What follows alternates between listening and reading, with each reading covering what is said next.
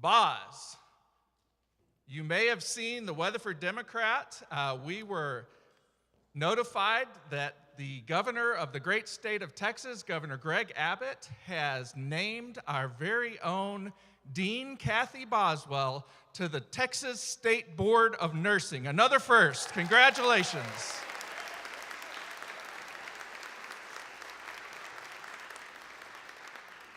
How long have you been here, Boz? 43 years she has served Weatherford College. Started our LVN, our ADN, our BSN. You talk about a legacy. Thank you for all you've done, and you're not done yet. We still got some work to get out of you, so congratulations. Well, we have done a lot of firsts here at Weatherford College, and I am very, very proud to tell you that in our distinguished 153-year institutional history, last year was the first year that our faculty salaries ever exceeded the state average. We are now above the state average in faculty salaries for the very first time, so congratulations. I'm also very glad to tell you that after almost 2 years in the making, the previous Faculty Senate, Dr. Will Smith, I know he's here this morning, our current Faculty Senate President, various members of our Executive Cabinet and the Faculty Senate have been working on a faculty rank and promotion policy. We have gone through more iterations of that policy than I can possibly remember, and I am very proud to tell you that the Weatherford College Board of Trustees approved that policy this past Thursday for implementation this fall, and for the very first time, we will be recognizing our exceptional faculty through a promotion and rank that has significant dollar amounts attached to each of those promotions. So thank you to everyone who took part of that faculty rank and promotion policy development. And finally, I would like to share with you that we have recommended, as part of the Texas Association of School Boards salary study, that the board consider for adoption a 5% salary increase on September 1st for all employees, immediately followed on November 1st by phase 1 of the TASB salary implementation study, which will raise the floor for classified, administrative, professional, and faculty salary schedules, all three, all at the same time, on top of the 5%, and we hope that our Board of Trustees will approve that here on the 21st. So many, many great things happening. We are moving in the right direction. It's all about Weatherford College. We've got beautiful buildings, we've got beautiful trees, we've got wonderful programs, but it's all about our people. You are Weatherford College, and you are appreciated, you are valued, and we are doing everything we can to take as good of care of you as we possibly can as quickly as possible. So major things happening in terms of salaries. Mr. Baker already referenced our ranking. Is that not unbelievable?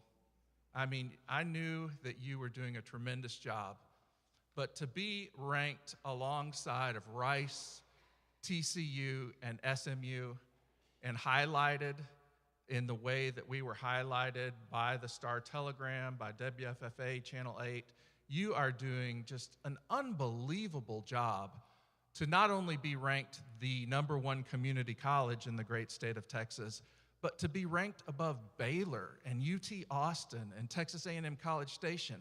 It's astounding what you have collectively accomplished. So please give yourself a big round of applause.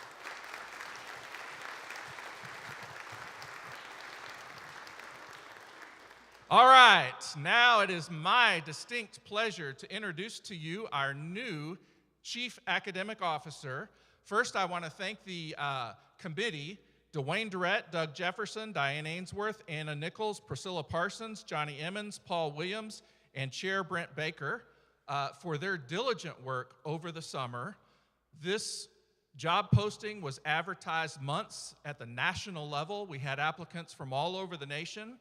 The committee narrowed that down to, I believe, about 7 candidates, and then from there, they selected the top 3 finalists, which came to me. And let me tell you what, there were some amazing applicants for this position. It was not an easy choice. And I also want to thank Dr. Alex eBay for his service in interim capacity. It was a very tough job, and appreciate all your hard work, Dr. eBay. So, that's right. Thank you, sir. Now let me tell you about our new Chief Academic Officer. She has a Bachelor of Business Administration from the University of Mississippi, a Master of Science in Business Management from Texas A&M Commerce. Her doctorate degree is in Leadership for Higher Education from Capella University. She has a successful family, been married for 26 years, and she and her husband have raised 2 boys that are now college graduates. She currently serves as the Vice President of Academic Affairs and Chief Academic Officer at Tarrant County College. Prior to that, she was the Dean of Health Sciences and Professional Education at Del Mar College. She was the District Director of Health Careers Resource Center at Dallas County Community College, and she has over 2 decades of academic services experiences. She is going to bring energy, enthusiasm, and talent, and undoubtedly add value to our Weatherford College team. It is my distinct pleasure to introduce to you our new Vice President of Academic Services and Chief Academic Officer, Dr. Shannon Idoyega.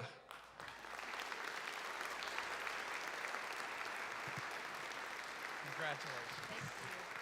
Thank you. Thank you, President Farmer. I am so excited to be here. And please feel free as time goes by to kind of say your name again. It's Idoyaga. I'm really excited to be here. And congratulations on being the #1 college in Texas. That is just amazing. I emailed President Farmer. I said, can I come join the team, please? And so I'm excited to be here. I'll just be pretty brief. I'm going to just give you a little bit more of my background and then talk about what to expect over the next year. And again, I'm excited to be here. He shared with you about my husband and my boys. I'm very proud of them. Kevin's actually on his way to Cancun to get engaged to Michelle today. And so there's a lot of change happening that's really exciting for us. And so I am a 7th generation Texan. And my mother was the president for the Association of Medical Assistants, and so helped us start some programming in Dallas for medical assistants. So I have a very strong healthcare background, which is how I ended up being a dean over all of the health sciences and 14 programs that are accredited in Corpus Christi. And my father was a railroad man, so I was excited to exit at Santa Fe Drive this morning. So it's wonderful. And so we will be empty nesters soon. We were about 6 weeks before the pandemic, and then our boys moved back home, and we were like, well, that was fun. And so they're back, and they're about to head out again. Professionally, I just wanted to share with you, I have an interesting background because I started out in human resources. And so when I graduated from University of Mississippi, I accepted a position with an engineering manufacturing organization, and that was Verline Showco. So they actually do all the rock and roll productions. I was like, well, this is fun. So I was there for 5 years and helped them go public. I also worked in healthcare all the way through high school and college. So I have this unusual healthcare engineering manufacturing background, but it really helps me with an HR background to talk with industry. And so I listen, I learn from individuals. It helps with our programs, helps with trends, and so we can stay on the cutting edge of technology. And so I look forward to learning from each of you, our advisory committees, starting to really integrate into the community, going to chamber meetings, working with Workforce Solutions, whatever we need to do in order to begin to advance our programming. It's going to be really important with House Bill 8.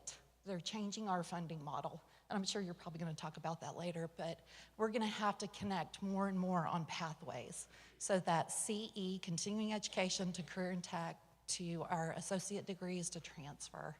And so I look forward to working with all of you to engage in these conversations and really figure out how we can serve our students in our community from a workforce standpoint, and then retention and completion. So over the next year, what you can expect from me is I'm not going to come in and make sweeping changes. You guys are already doing amazing work. Clearly, you're the #1 college in the state. What I will be doing is sending invitations to the departments, and it'll say something along the lines of teach the EVP.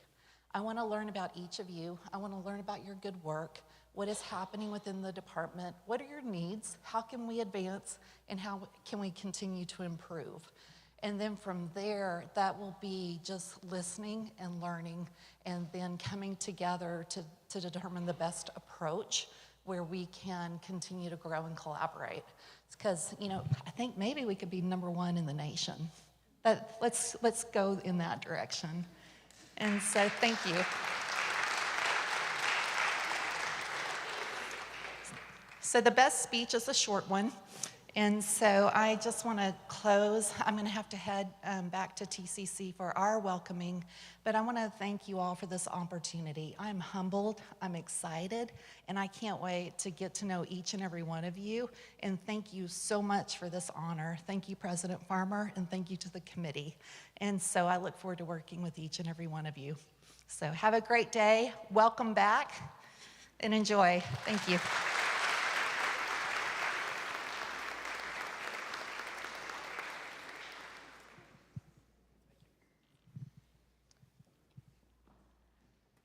All right, so they told us to kind of move along, so just jump up, and that's what I did. All right, so for those of you who don't know, I'm Dr. Scott Tarnavieski, or Dr. T, and I'm the Vice President of Student Services here at Weatherford College. First of all, I'd like to thank all of you. Welcome back for all the faculty getting ready to start up again for another academic year. I'm sure you're very excited here at Student Services.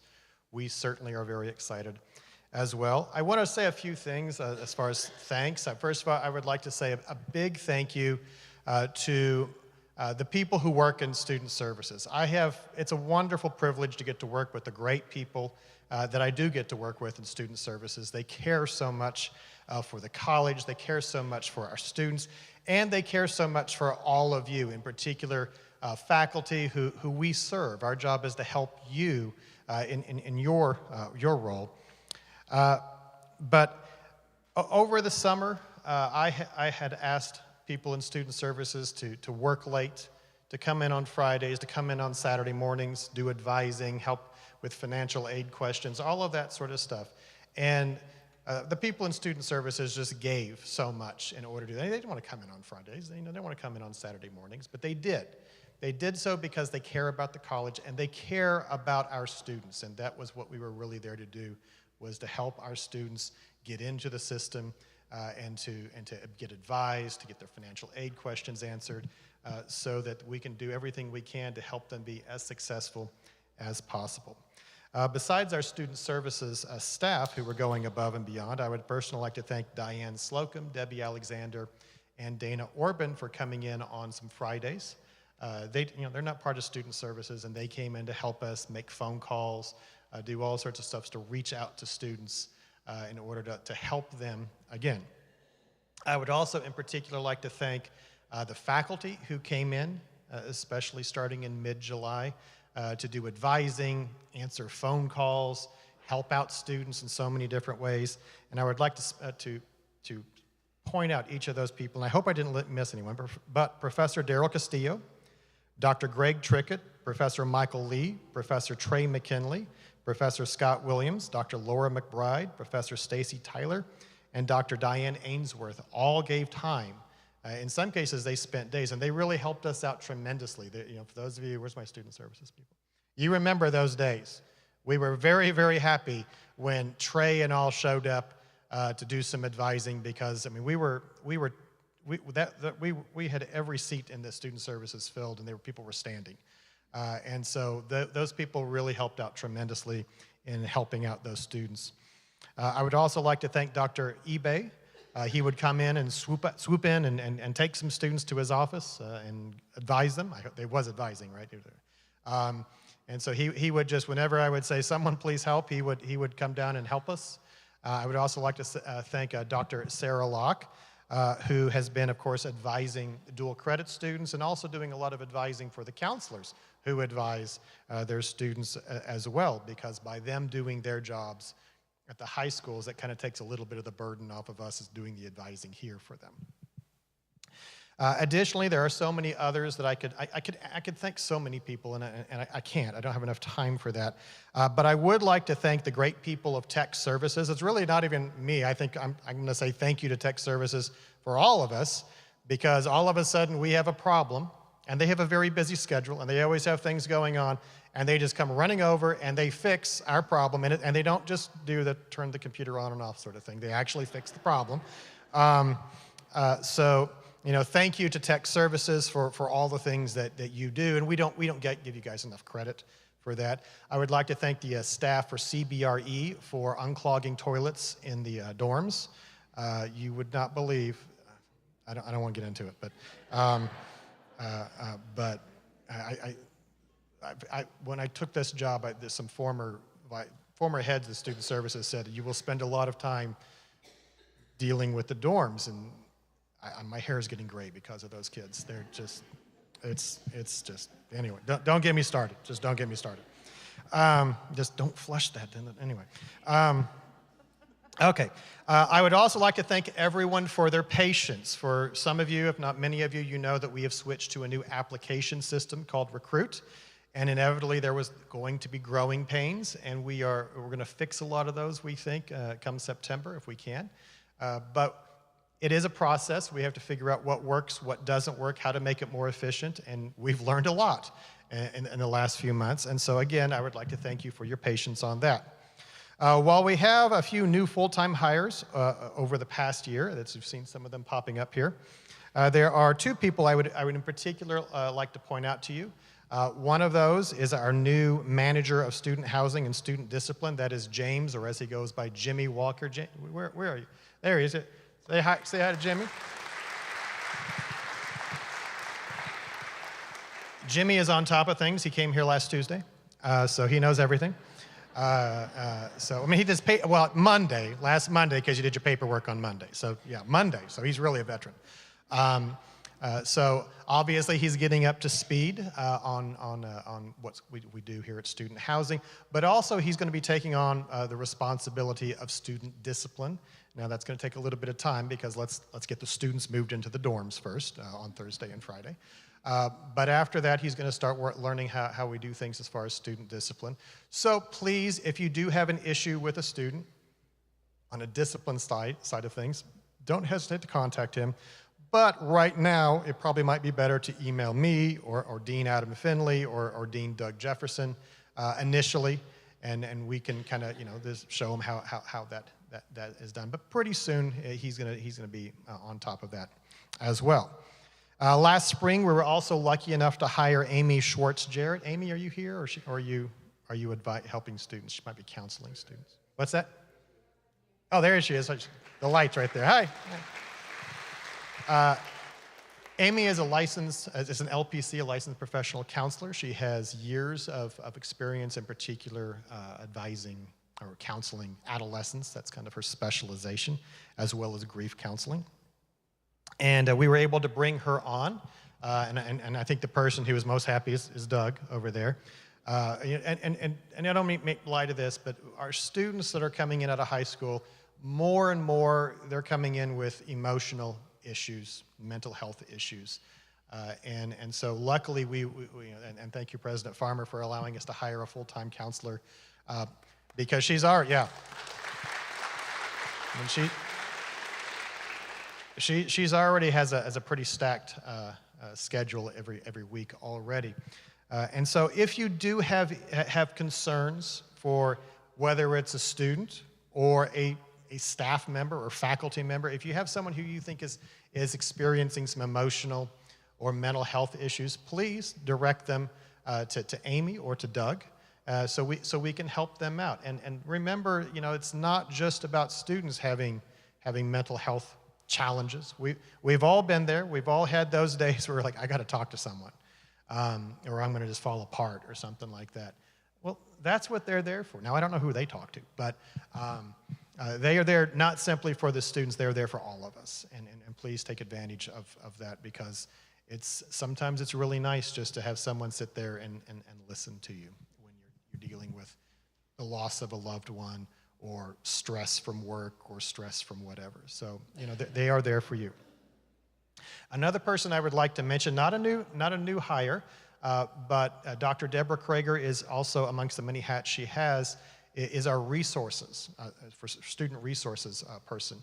So if you have a student who is struggling, maybe they can't pay their rent, maybe they got a flat tire and they can't fix the tire and come to class or something like that, reach out to Dr. Krager, and she, along with Mr. Baker, Vice President Baker, will see if they can help that student out. So, those resources, we still care about our students even after COVID, okay?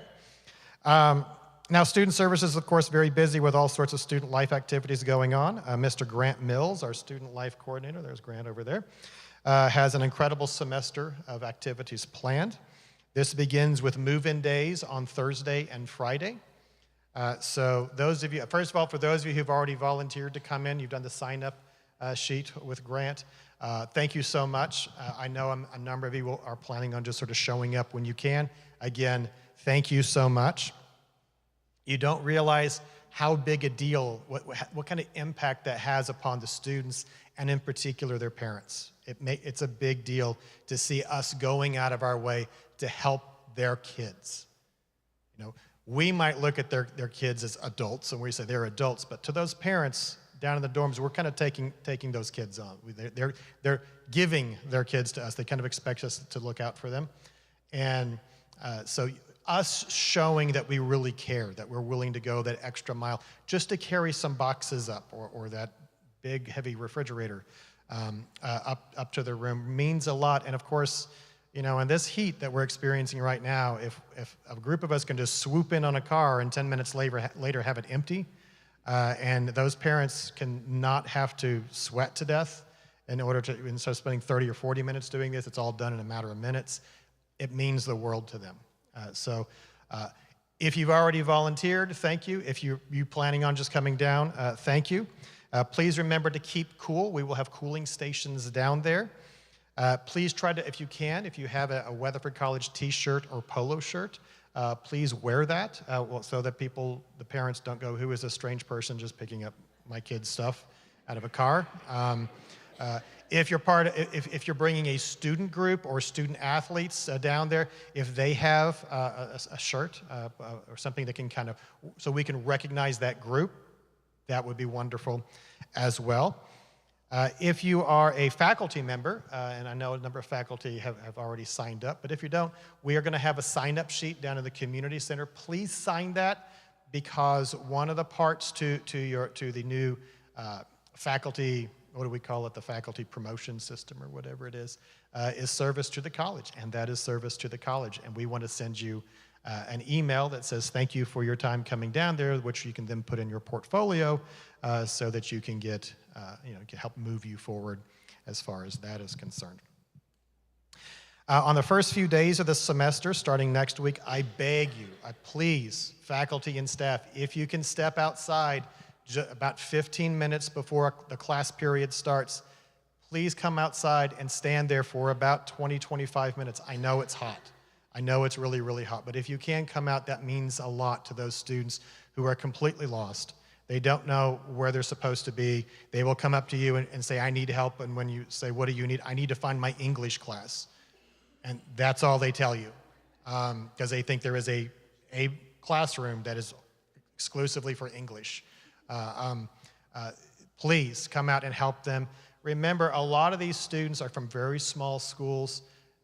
The Wise County campus is big to them.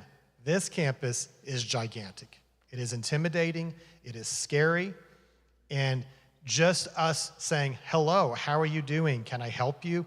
It really helps them out an awful lot. We don't want these students to come walking up the hill, look around, get confused, to get intimidated, and turn around and walk back to the car and leave and never come back.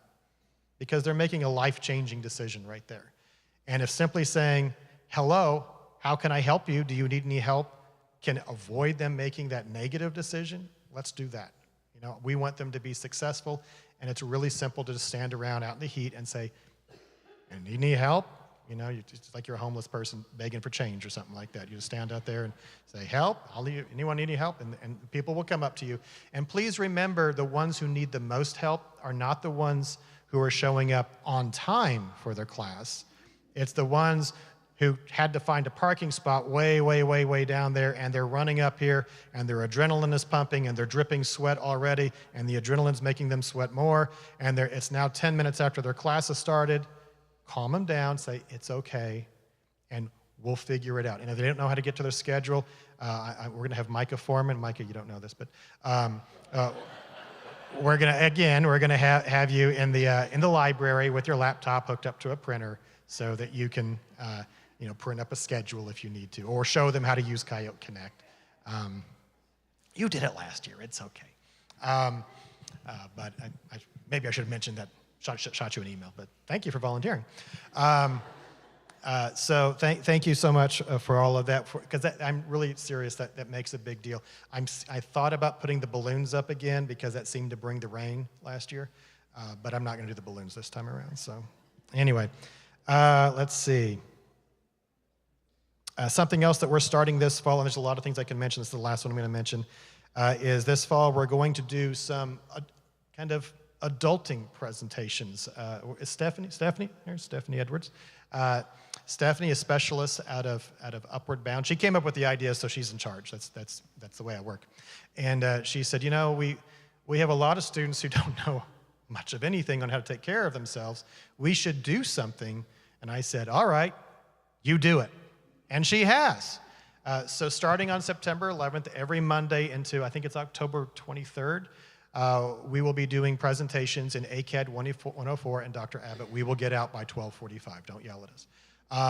But we will get out. Romney and all, you all know. But we're going to be talking about such things as how to meal prep, how to do healthy eating, how to do your 2 sessions on budgeting and finances and all of that. I'm going to that one for myself.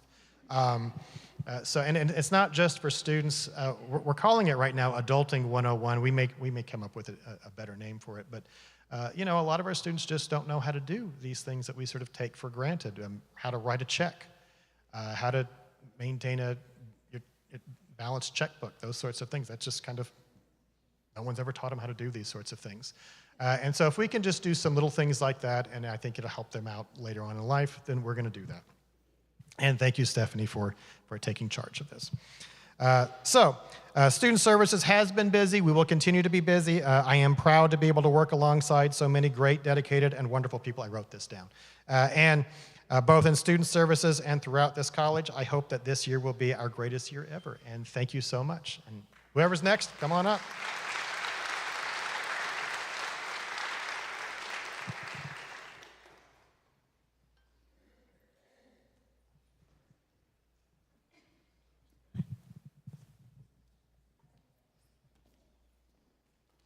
Good morning.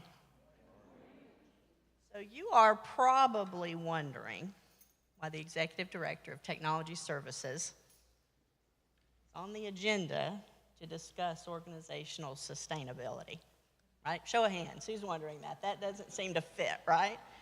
So let me connect those dots for you with just a little bit of background. I've spent my career working with technology.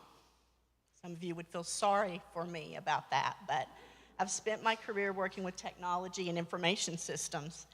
And in general terms, a system can be defined as a set of things working together as parts of a mechanism or an interconnected network. But systems do not have to be computers. In fact, we use systems every day. Our vehicles are systems made up of various pieces and parts that separate, they're not a car, but when put together, they can transport us from place A to place B. And if we continue to think about our vehicles, some of them at least can be very hefty investments. We want them to last for a good long time. We want them to be sustainable into the future. Well, the same thing can be said about technology. It's made up of various pieces and parts that work together, hopefully, to accomplish a greater purpose. And like our vehicles, technology is often a hefty investment. So we strive to design and build solutions that are sustainable into the future. So I expect about now, you're probably saying this is all fine and good, but you still haven't made good on your promise to connect those dots to organizational sustainability. A bit more background will help there. While I was completing my MBA, I took several courses on leadership and management.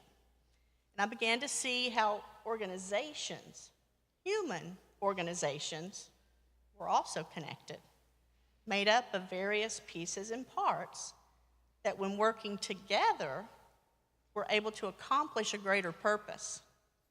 Organizations made up of people are systems. But unlike our vehicles, we can't just go out and buy an organization designed and built for a specific purpose that can sustain itself into the future. So my question became, we can't go out and buy one, how do we build one? What does a sustainable organization look like? Well, at this point, I must state I am not an expert on organizational sustainability, but I can share with you what I have learned, what I have experienced, what I have implemented, and what we're doing in tech services now. With that said, I ask you to walk with me down my path of personal and professional growth, keeping in mind this is very much a journey. I certainly have not arrived at my final destination. So the first stop along the path was a number of years ago when I took my first role as CIO, and I asked myself, what does sustainability mean in my context? Well, to sustain means to keep up, to keep going, to supply with sustenance, to keep evergreen. Well, in my context, sustainability could be interpreted as an effective organization over a long period of time based on a defined purpose. The following 6 characteristics help me to paint a picture of what success might look like. 1, an organizational structure to support our service responsibilities. Adopted policies that eliminated the need for repetitive decision-making. Developing a rule or a policy can provide easily accessible, broadly available guidance. Number 3, documented, repeatable processes that eliminate the need to rediscover how to. Once implemented, a documented procedure meant no more wasting valuable time figuring it out again. And when unavailable, it provided a point of reference for others. Number 4, a clear sense of purpose with defined goals and objectives. Number 5, knowledgeable, skilled, motivated personnel. And finally, number 6, and this is one sometimes we want to leave off the list, accountability. Just an example. A football team needs management, coaches, offense, defense, and special teams. That's their organizational structure. They need to possess and understand the rule book that governs the game. That's their policies.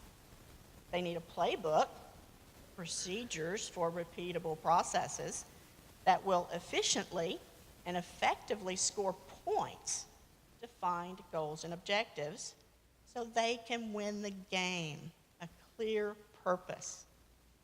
They need players that understand the game, have physical ability, strength, and speed to execute the plays within the defined rules, knowledgeable, skilled, and motivated personnel. Finally, referees must be present to ensure adherence to these rules. This is our accountability. Now, I've probably just ruined the next Cowboys game for some of you, and for that you can thank me later. But moving along, the next stop along this path came about when I was working on my dissertation. It all came together for me when I was researching the viable system model developed by Dr. Stafford Beer. It helped me understand sustainability from a broader perspective. In his 2012 book based on the viable system model, Dr. J.P. Rios suggested, beyond mere survival, viability describes the capacity to survive over time in the face of predictable and unpredictable changes from known and unknown forces that operate upon the organization. In case you haven't noticed, there are many external forces operating upon higher education, now more than ever. Cyber threats are near constant. Artificial intelligence is here. Funding models are evolving. And that list goes on and on. The viable system model describes components, features, and functions that must exist for an organization to be and remain viable, to sustain itself into the future. So as I describe these functions, try to think about where you are, which functions you are part of or contribute to, and think about where others may be.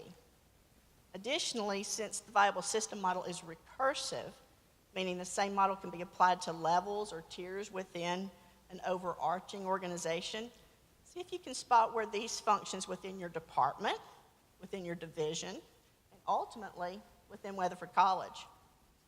So as I briefly describe each function, remember the key. All of these must exist to maintain viability. So the policy function establishes the mission, vision, and identity of the organization. It sets organizational values. It establishes institutional culture. It determines who we are, what we do, and which customers we serve. The development function is future-focused. It's concerned with monitoring that external environment and the implication of those environmental changes to the organization. It's concerned with change through growth and development. Now, the production function includes operating units that are responsible for, in business terms, producing the goods and services of the organization. For us, that production may refer to programs that create and or deliver teaching and learning, perhaps programs of research. The delivery management function is focused on the here and now management of those production units. Among other things, delivery management is responsible for providing resource allocations, as well as maintaining accountability. It's also responsible for managing the cohesiveness of the organization.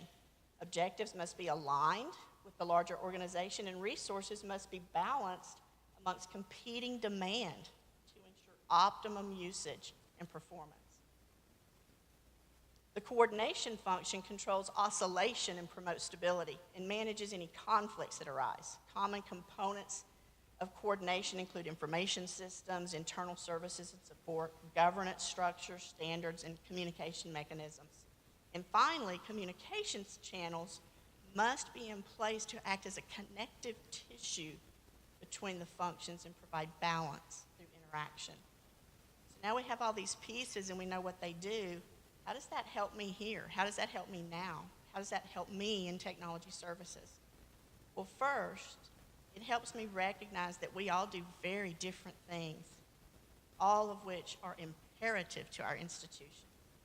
Second, it helps me understand the recursive and interconnected nature of the organization. I need to understand the goals and objectives of those around me, areas to which we provide services. We must stay connected to and align with academic strategies and initiatives, advancement strategies and initiatives. And the same for student life, athletics, business services, student services, HR, etc.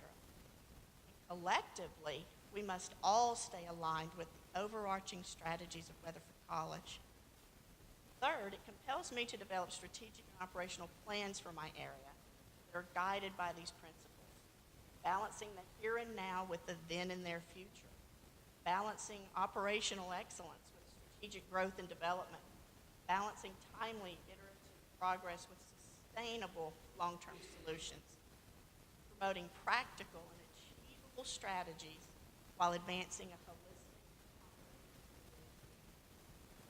Some of you may be thinking, sounds pretty good, but it's a bit overwhelming. In response, I would offer a favorite quote. Over the years, this quote's been attributed to Mark Twain and several others.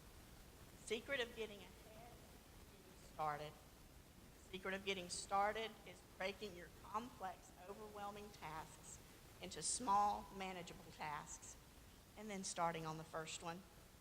I started by setting broad conceptual goals, which include achieving that organizational and technological sustainability, increasing our institutional alignment, and maximizing the benefit to cost ratio.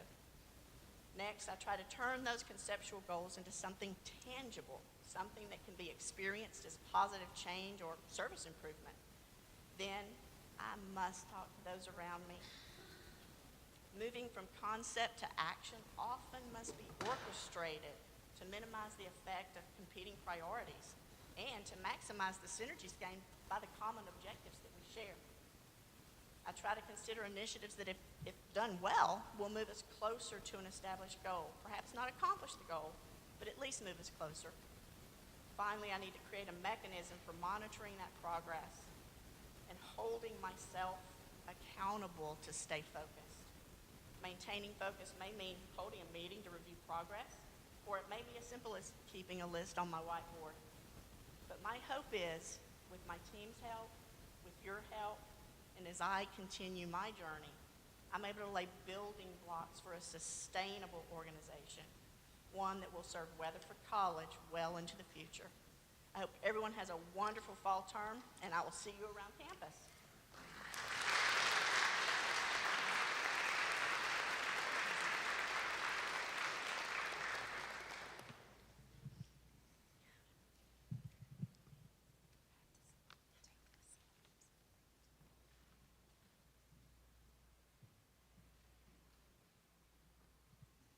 Hi, everyone.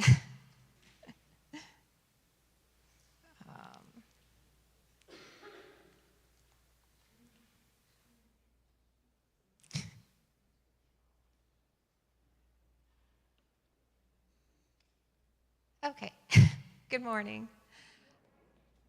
Welcome back, too. So throughout this week, there'll be a variety of workshops that will cover important topics ranging from AI in the classroom to supporting students in need. These workshops will be held at the Workforce Building. They are meant to be professional development for faculty and staff. They are designed to be interactive, and many of them will require you to participate. So we're excited to offer these, and you can find out a lot more information about the workshops by scanning this QR code. You see it here, you see it on doors. It's around campus in various places. When you scan the QR code, anyone scanned it yet? Anyone? A couple of us? All right. When you scan it, it will take you to a faculty and staff SharePoint folder. And in that folder, you'll find the schedule, you'll find abstracts, you'll find presenters' information, such as their PowerPoints. And this is a new feature this year. We think it's going to be great. It'll help you get more out of the workshops. And finally, of course, none of this would be possible without our presenters and all of their really hard work. They worked over the summer on these, and they're very eager to share what they've created for you. These are meaningful and, as I mentioned a second ago, meant to be interactive. So I'll see you all on the first floor of the Workforce Building. And I did forget to mention one thing. There will be in the folder a survey so that you can give feedback about the workshops so that we can make sure that future workshops go as well and that you are getting information that you find to be valuable. All right? Thank you all. Thanks to the presenters. And I think, do I have the honor of releasing us for break? You are released until 9:30.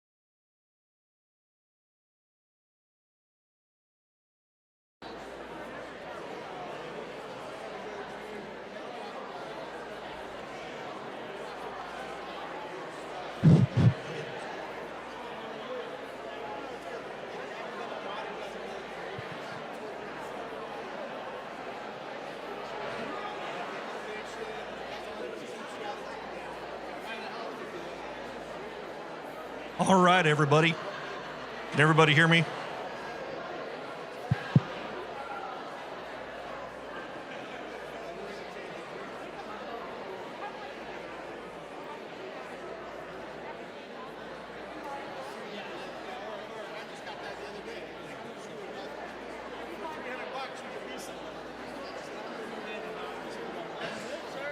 Sure.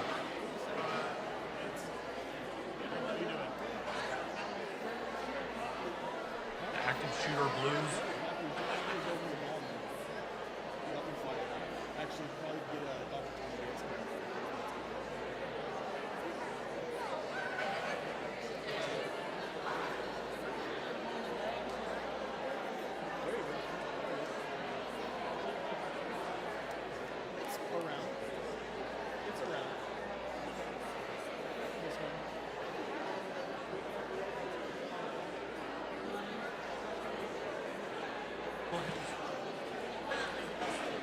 Okay, everybody, I think we're about ready to get started again. I've been told to ask to all y'all to take your seats and whatnot.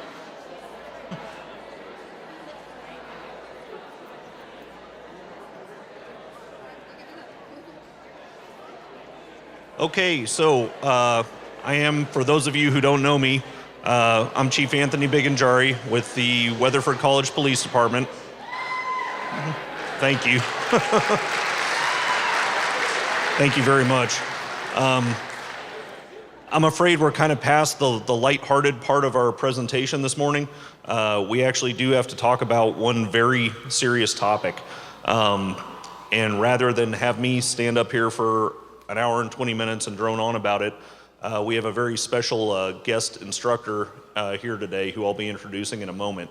But while I have your attention, I did want to talk a little bit about our campus police department and all the great things we have going on. For the first time since I've been here, we really are fully staffed. Our motto this coming, thank you. Our motto this coming school year is more visible and better prepared. The more visible side, I think you will all notice a difference, an improvement over what you're maybe used to seeing from us, because now that we have all of our officers, we will be out on campus a lot more, and we should be very, very visible on a daily basis. My goal, and it may be unattainable, but my goal is to try to have every single person on this campus see a campus police officer at least one time during their day. That's the more visible portion. The better prepared portion, this is one component of it. We have an integrated strategy.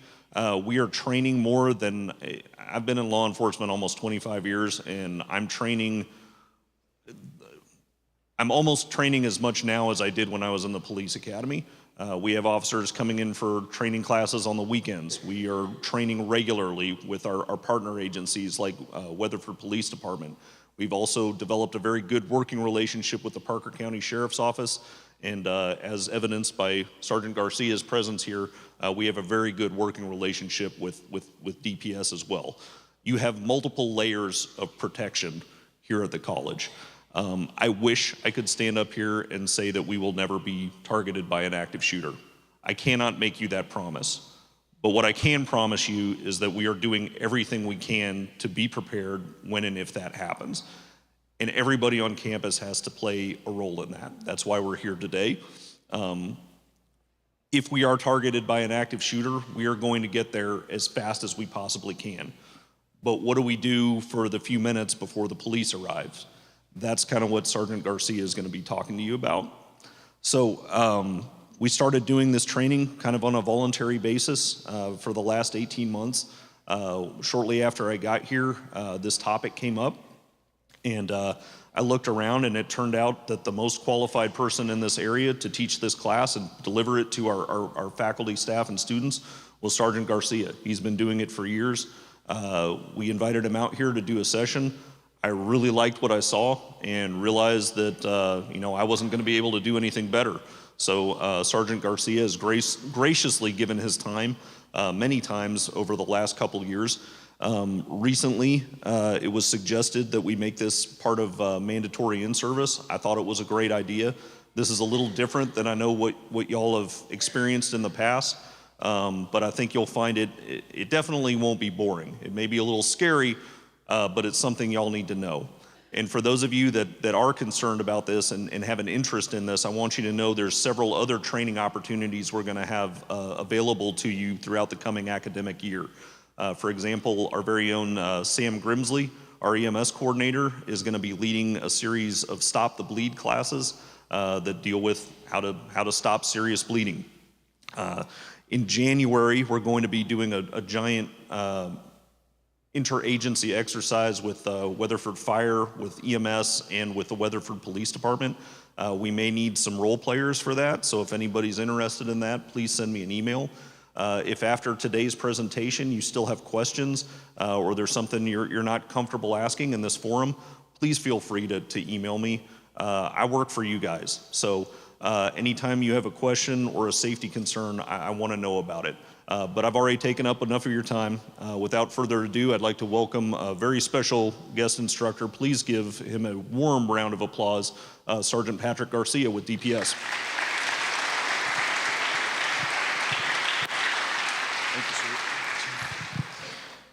Thank you. Thank you for the kind words, Chief. Good morning. Good morning. It's a Monday, isn't it? All right. So as Chief Biggs said, my name is Patrick Garcia. I'm a sergeant with the Texas Highway Patrol. I've been with the Texas Highway Patrol for going on 12 years now. Been in Parker County for 2 of those 12. As DPS, we have various duties and they're always changing, but a few of the core duties are traffic law enforcement. I'm sure y'all have seen us out on the roadways, right? We're the ones in the black and white SUVs. Criminal law enforcement, crash investigation, and then emergency response, all right? We take the safety of our counties that we patrol very seriously. We're all over the place. So at any given moment, we can respond to various locations very quickly.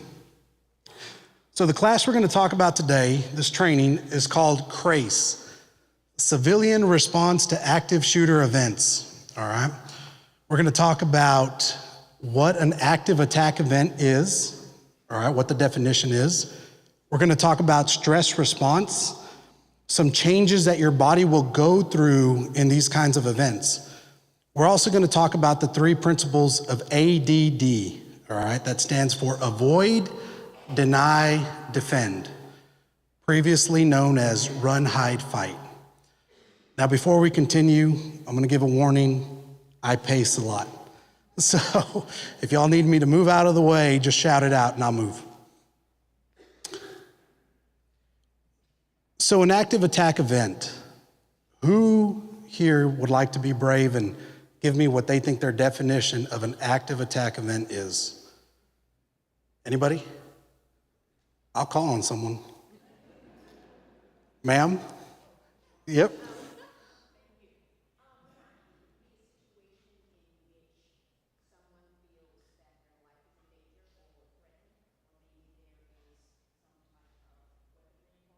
Okay.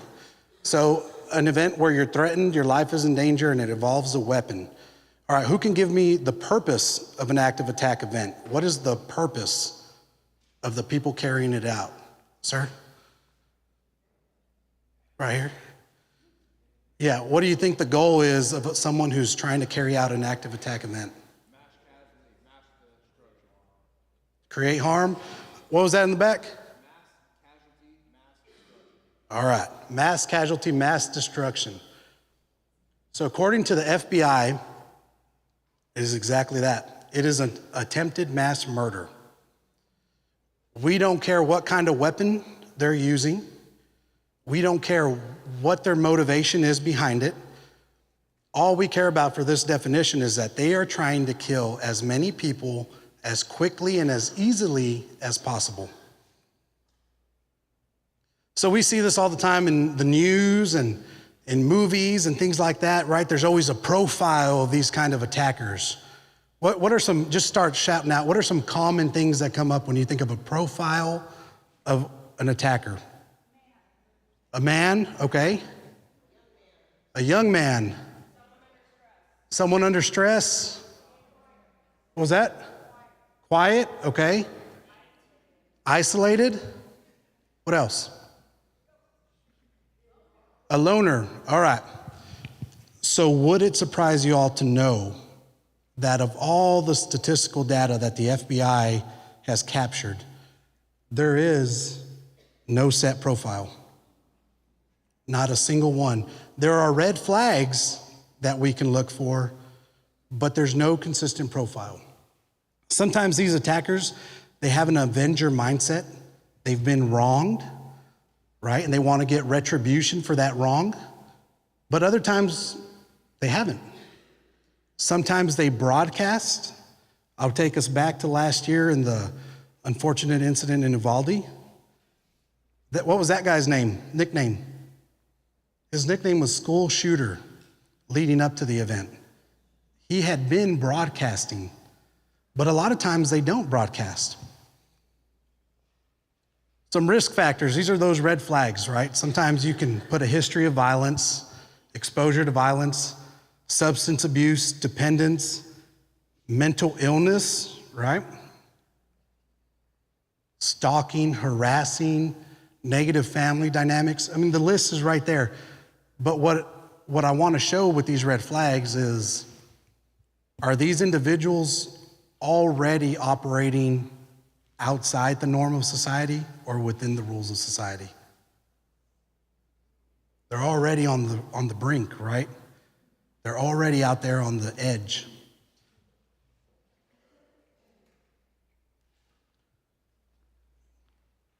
This is going to be a quick graph, and it's going to show active attack events in the United States from 2000 to 2018. You'll see these red dots.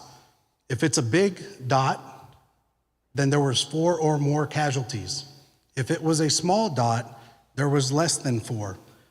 Yellow is for gun, red is for knife, and blue is for car.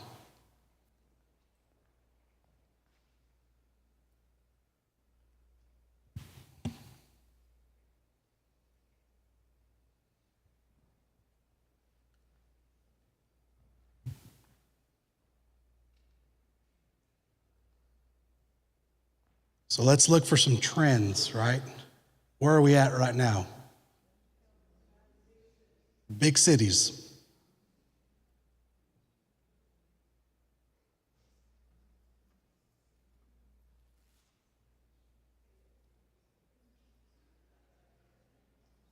What's the overwhelming weapon of choice?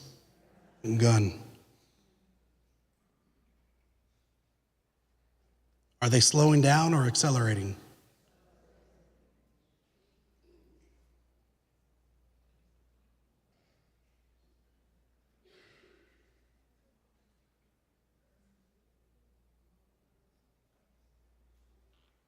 Now watch what happens. Look at this acceleration.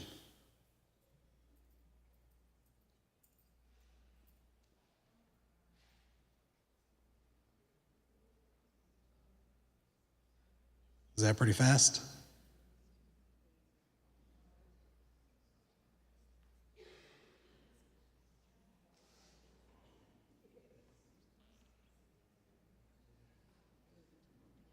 All right.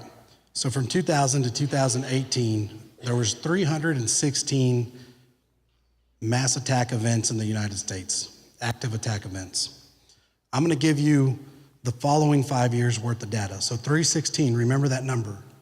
316 in 18 years. Here's the rest of the story. So 30 in 2018, 30 in 19, we increased to 40 in 2020, and then look at that. A 52.5% increase from 2020 to 2021, and then a small decrease back to 50. Somebody total those up for me, shout a total. 211 in 5 years. 2/3 the amount of attacks in 5 years that took the previous 18 years to accumulate. This is a problem that's not going away. It's a society problem and it's not going anywhere, which is why this training and these kinds of trainings are important. So these are the locations of active attack events. A common misconception is that places of education are the most targeted, but that's not true. It's actually areas of commerce. These are your shopping malls, your H-E-B, your Walmart, your convenience stores. All right, these are the areas that are getting hit the most with over 53%. Education is next with about 23. Outdoors, these are your recreational areas, your concerts, and then other, your miscellaneous, your places of worship and things like that. What I want you to take away from this training is it's not only applicable to school or when you're working here at school. Use this in everyday life. Use this when you go shopping. Use this when you go to the movies. Use this when you're out to dinner with your family. Keep these principles in mind. So let me see a show of hands. We're going to talk about percentages of attackers with relationships to the place that they attacked. So if you think between 80 and 100% of attackers were connected to the place they attacked, raise your hand. 80 and 100. All right, if you think between 50 and 80, raise your hand. All right, 25 to 50. What about no connection? All right. There's the stats. It's split almost down the middle, 55-45. So 45% of the time, there is no connection between the attacker and the location that they attacked. Now, combine that with the previous slide I mentioned in the beginning, that there's no set profile and that sometimes they don't broadcast their intentions. Do we start to see how hard it is to prevent these? It becomes very, very difficult. Now, we're doing our best at the state level, at the federal level, and at the local level. We have analysts, we have people constantly monitoring the internet for red flags, for any kind of threats, and for things of that nature. But if they don't broadcast, we're in the dark. Let's talk about some more famous ones. Anybody remember the Pulse nightclub? Right? 49 dead. This attacker was connected to this place. He frequented it every weekend for months leading up to the attack. He was on a first name basis with a lot of the people that he killed. What about this one, Las Vegas? Was this guy connected, yes or no? Just a random flew into town for this concert. Flew into town, got a hotel room, and set up shop just to carry out this act of violence. Now, we're going to talk about avoid, deny, defend here in a little bit. But if you're stuck in a field, what are your options? Who said play dead? I'm going to remember you in a little bit. What was your name? Well, I know where you're sitting. Okay. Guys, what I want you to remember is that your surroundings will dictate your actions. If you're stuck in an open field, there's nowhere to hide. There's nowhere to defend yourself. The gunman is a quarter of a mile away up in an elevated room. So your surroundings dictate. At this point, your only option is to avoid, run, and put as much distance between the event and yourself. We remember this one, Sutherland Springs? Who can tell me how this one ended? A civilian, that's right, chased him down, shot him. Good guy with the gun beat bad guy with the gun. But not before 26 were killed and 20 more wounded. So, can we think of any recent ones in Texas? I say recent, within the last decade. There's a few, right? Fort Hood. The Dallas police shootings met the threshold of more than 4 victims, counted as a mass attack event. Sutherland Springs, Santa Fe High School. Santa Fe, for Texas, kind of changed how we looked at the game as far as schools were concerned. El Paso, Midland, last year, Uvalde, we learned a lot from that one too, unfortunately. What about this one earlier this year? Allen Mall shooting. This entire event transpired in the matter of 6 minutes. 6 minutes from the very first gunshot till the shooter was dead. They don't take very long, but they're very traumatic events. Now, for every event that is successful and makes the news, there were some almost were, right? That Arlington one, I always remember that one because I had just promoted to sergeant for the highway patrol.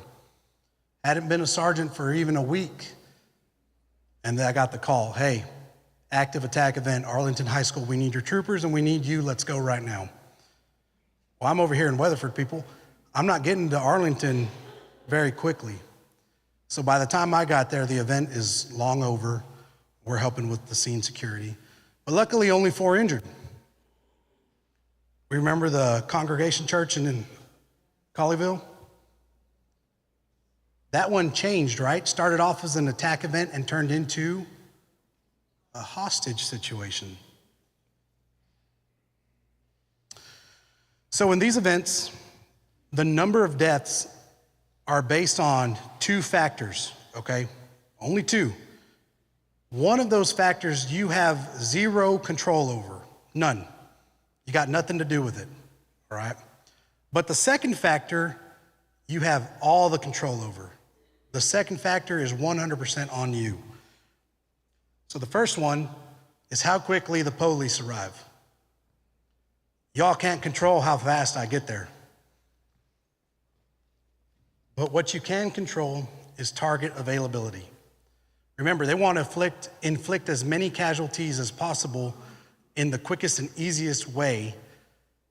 If you make yourself a hard target, your chances of survival go up exponentially. So target availability. 3 minutes, that's the national average of law enforcement response from time of first shot till we are engaging the suspect. Raise your hand if you think 3 minutes is really good and it's really fast. I'd say 3 minutes is pretty good. I mean, what else can you do in 3 minutes except when that's right outside your door? And when that happens, 3 minutes is going to feel like an eternity. So what I want you all to do is do not count on that 3 minutes. You take your life into your own hands using these principles. You make yourself a hard target and you survive the event, whether it's at school or at church or the movies or at dinner or at shopping. Now, if something like this were to ever occur, your body is going to go through stages that are identical to those of a disaster response. We can predict exactly what's going to happen to you, okay? Your adrenaline and your heart rate are going to shoot way up through the roof. Oxygen is going to leave your brain, and things are going to start to happen. So there's 3 stages. Denial. That's always the first stage of everything, right? No matter what you're doing or what you're trying to change, denial is always the first stage. Your mind does not want to believe that something is happening. The next one is deliberation, and then decisive moment. So we all know that guy, right? You probably work with that guy. So denial is simply the best way to put this is that human beings are social creatures. We're herd animals by nature. We are constantly receiving and giving off social cues and inputs. So who here thinks if they heard that outside the room, they'd get up and respond appropriately? Raise your hand if you think you would. Ma'am, you would? Okay. What about when you get up and you start to run out and no one else has, is that gonna make you pause? Yes, it will. It will. Nobody wants to go against the social cues and against the grain, so to speak. If you jump up to run out of class and no one else is responding, your brain is gonna automatically trigger to that denial and say, hey, obviously what you think is happening is not happening because nobody else is reacting like that. So how about you relax and sit back down? Anybody ever been asleep at night and you hear a noise? You hear that noise and you're laying there and you're like, I didn't hear it. Nope. Must have been the refrigerator or the AC turning on. Nope, didn't hear it. And then you hear another noise. Just a coincidence. And then you hear a window sliding or a door creaking. Well, now it's too late because you missed your first 2 or 3 cues because you were in denial. Now, here is a quick video, and it's a social experiment to show us just how we act with these cues. Place like this street in New York City, if you were unfortunate enough to be the victim of a crime or taken ill unexpectedly, you might think that surrounded by all these people, someone would intervene. After all, isn't there safety in numbers? Psychologists say no. Research suggests that often a victim is less likely to receive assistance when surrounded by a group rather than a single bystander. When people are in a crowd, it's easier to pass the buck. It's what psychologists call the diffusion of responsibility. Liverpool Street Station in London, a busy thoroughfare for commuters. Unknown to these passers-by, Peter is an actor. As part of an experiment on bystander apathy, he's pretending to be ill. Help! Help! How long before he gets help? Please, somebody. Help! Help me, sir. Please help me. Helping would be inconvenient or even risky. He lies there for more than 20 minutes and no one raises an eyebrow. Please, somebody help me. It's always very distressing to watch situations like this where people are obviously suffering and no one's actually helping them. But what we have here is 2 conflicting rules. One is the rule that we ought to help, and the other is the rule that we ought to do what everybody else is doing. And here you have effectively a group of strangers who are exerting the pressure not to intervene, not to help. And it's very difficult to rebel. Ruth, another actor, takes Peter's place. How long before she receives help?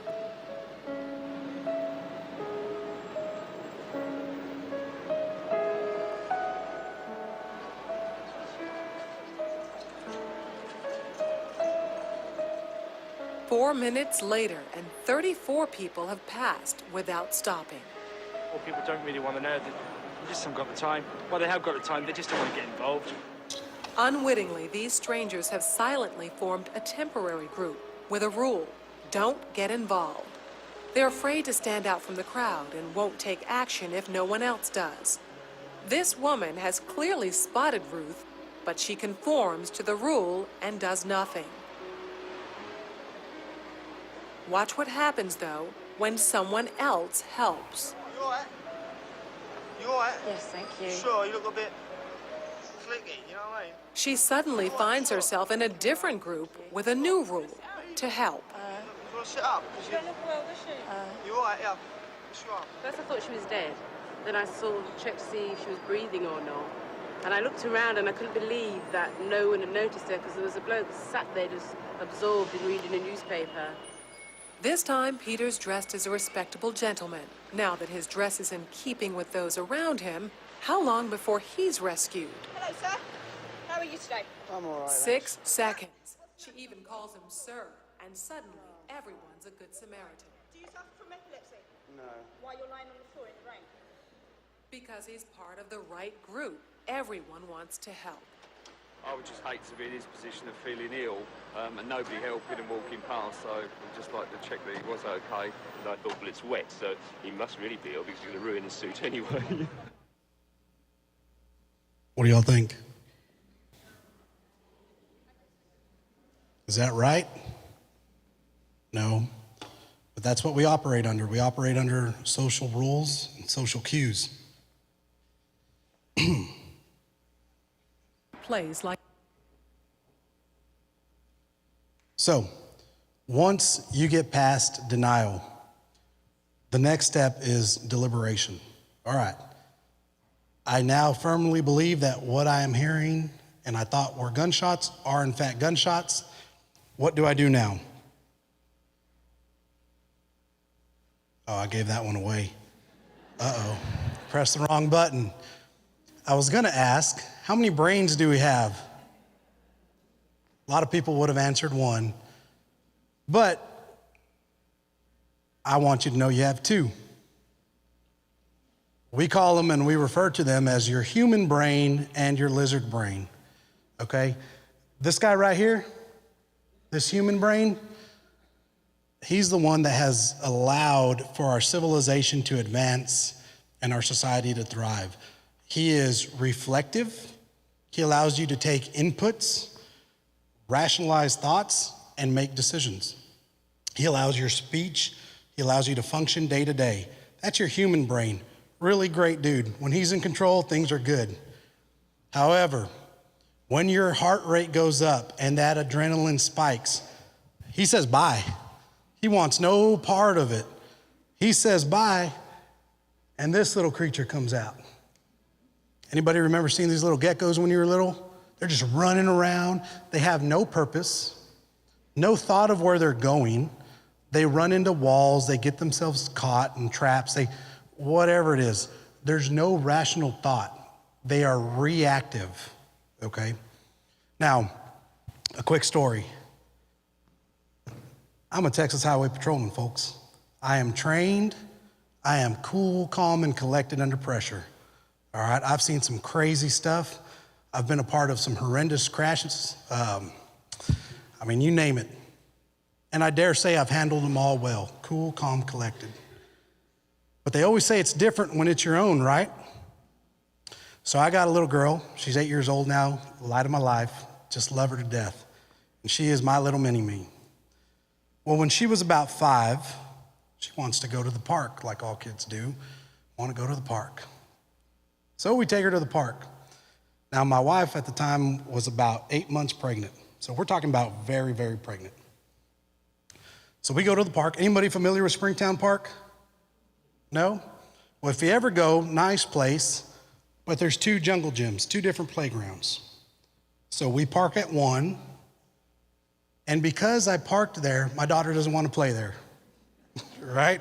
She wants to go to the other one across the park. So we walk, it's a little over a quarter mile, closer to a half. We walk through the trails and we go to the second jungle gym playground. And we're having a good old time. She wants to ride the seesaw. Well, she's 5, folks. She weighs all of like 40 pounds. And I weigh about 250. There's a little difference there. The seesaw doesn't exactly work out. So she gets up on the seesaw and I'm working it with my leg, up and down, up and down. My wife starts talking to me, so I'm paying attention to my wife while I'm up and down, up and down. Well, my daughter has my same attention span apparently, because she's paying attention to my wife. She's not paying attention to holding on to that seesaw. So her grip slips, her foot slips, she falls, and that steel pipe seesaw goes straight up, whack, hits her jaw. And of all the horrendous things I've ever seen, what I will never forget is her sitting on the ground, tears coming and blood gushing, her yelling, "Daddy, why didn't you catch me?" I took the blame for that one real quick. But don't worry, folks. I'm a Texas Highway Patrolman. I am cool, calm, and collected under pressure. And I got a plan. So I rush over there, no big deal. It's all right, baby. Blood's gushing out. I got a plan. I'm gonna take her to the restrooms. I'm gonna wash the wound, see what I'm working with, and we'll go from there. No worries. So I pick her up. We walk to the bathroom. I go to the door. Who can tell me what happened? The door's locked. Everybody has a plan until you get hit in the mouth, right? There went plan A. But don't worry, folks. I'm a Texas Highway Patrolman, and I am cool, calm, and collected under pressure. Plan B is there's a water fountain, and we're going to accomplish the same goal. I'm gonna wash the wound, put some pressure, see what I'm working with, and take it from there. So I run around the building to the water fountain. I press the water fountain button, and this whole time I have her, so she's kind of bleeding on me, crying on me. I have her, and I go to press the water fountain. Who can tell me what happened with the water fountain? It's not working. I don't know if Springtown didn't pay the bill or what was going on, but there was no water when I needed it. And when no water came out of that fountain, this guy said, bye. Said, well, that's it, bro. We had 2 plans. We had A and B. You used them both. I don't know what to tell you. You're on your own. And it was straight lizard brain. And for the first time in my adult life, I remember panicking and just in a frenzy. So I pick up my daughter, and now I don't know what to do. And my truck is a half a mile away. So I take off running. And my pregnant wife, again, 8 months pregnant, hey, where you going? Hold on, right?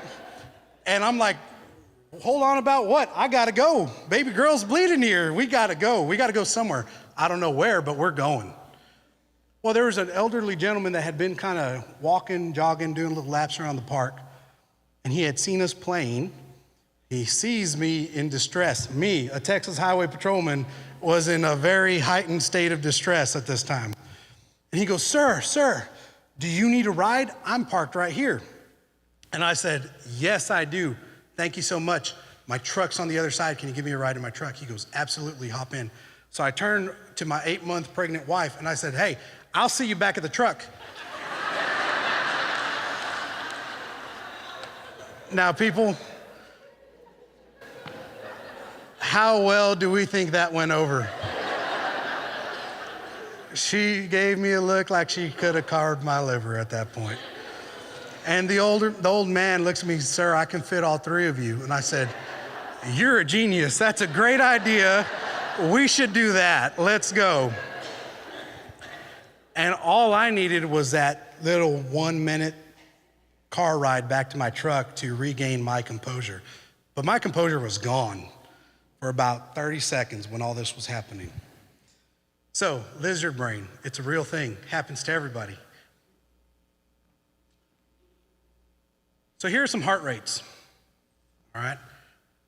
When you're in the white, it's about 60 beats per minute.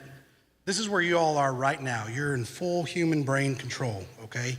You are able to rationalize, to think things through, to make good decisions. This is an average resting heart rate.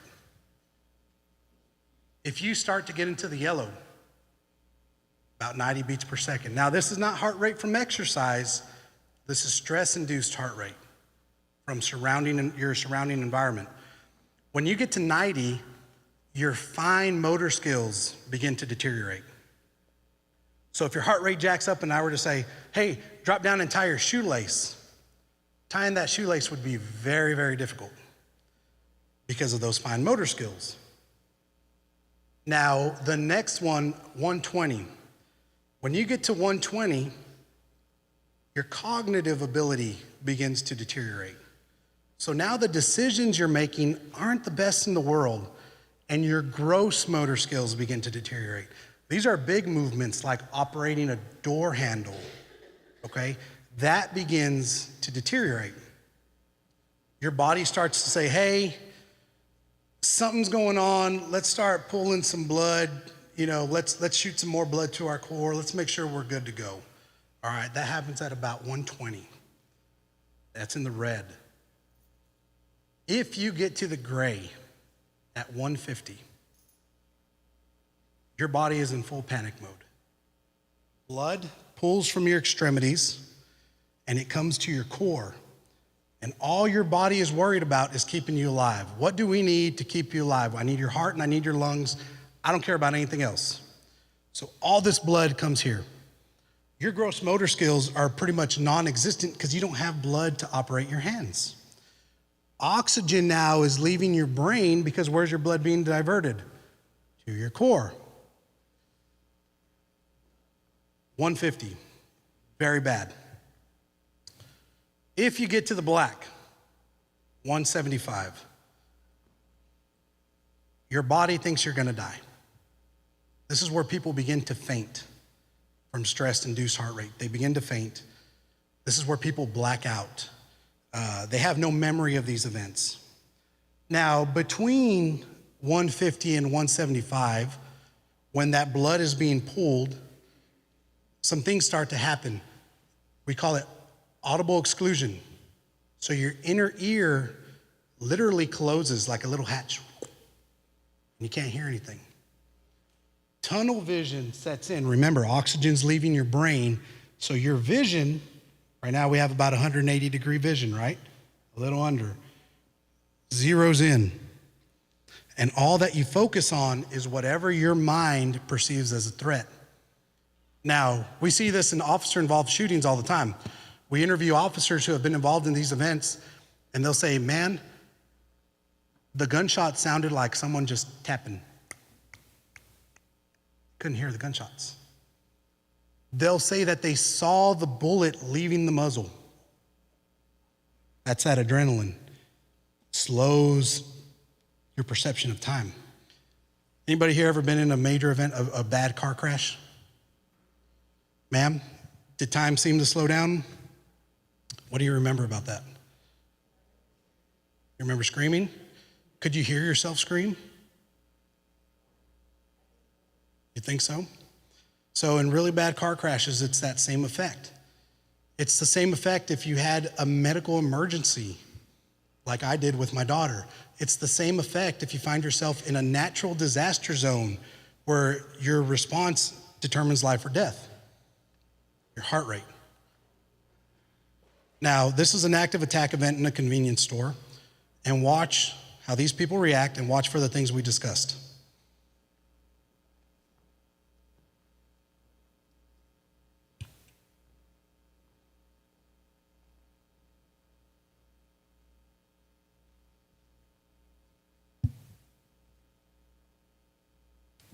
Now, how many times do we think that mom put little Junior in and out of that car seat or that stroller?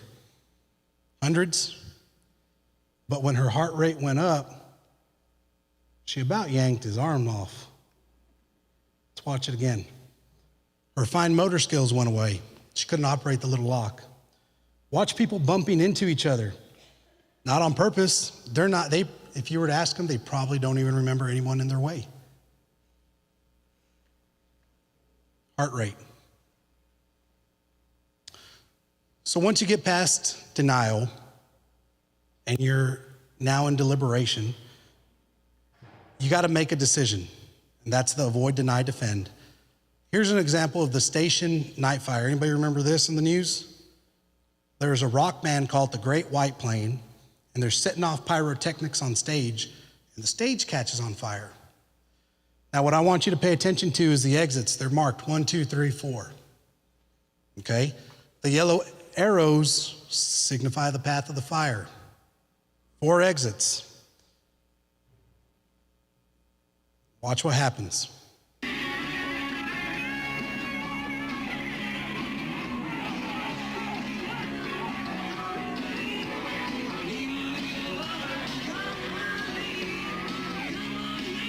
Does it look like a fire right now?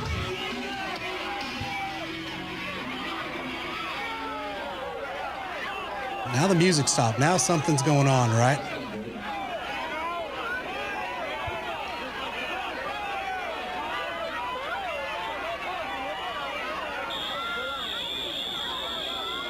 Now we got fire alarms.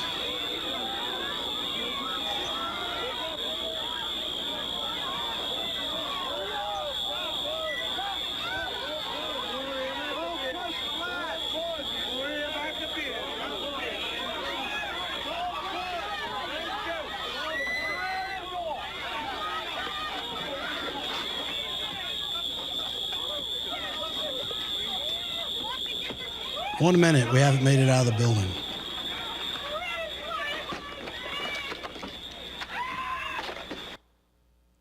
Is 1 minute too long? It is, right? Here's a diagram of where the bodies were recovered. These are all people who perished in that fire.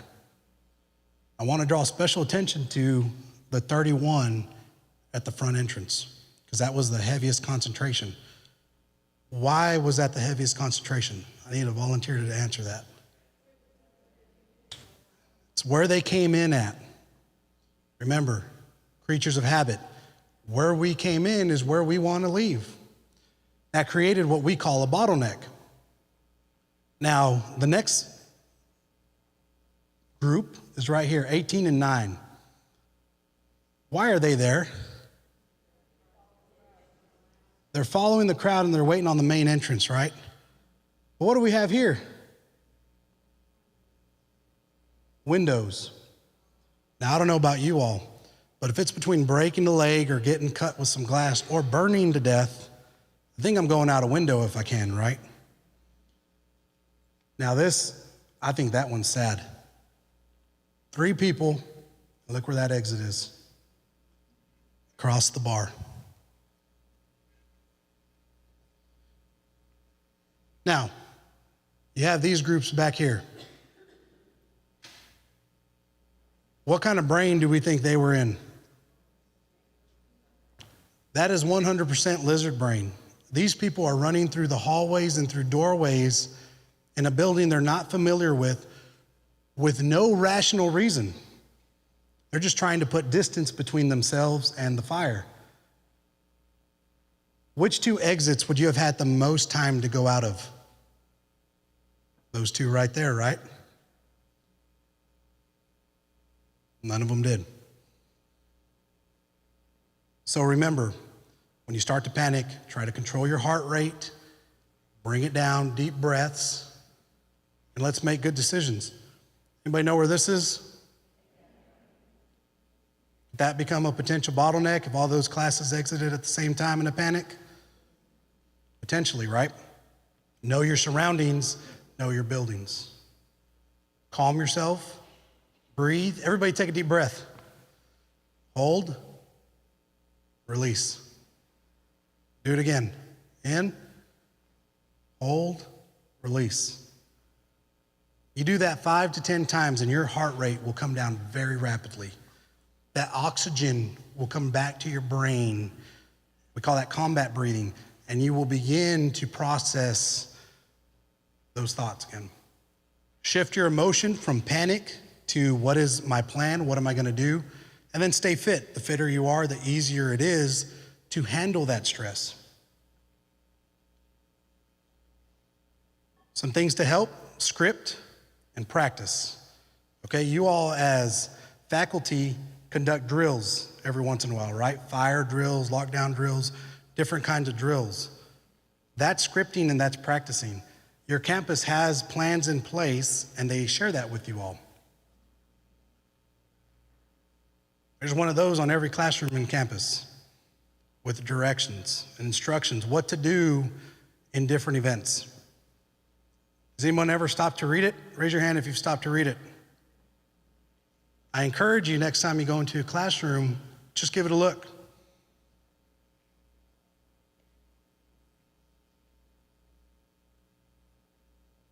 So civilian response, right?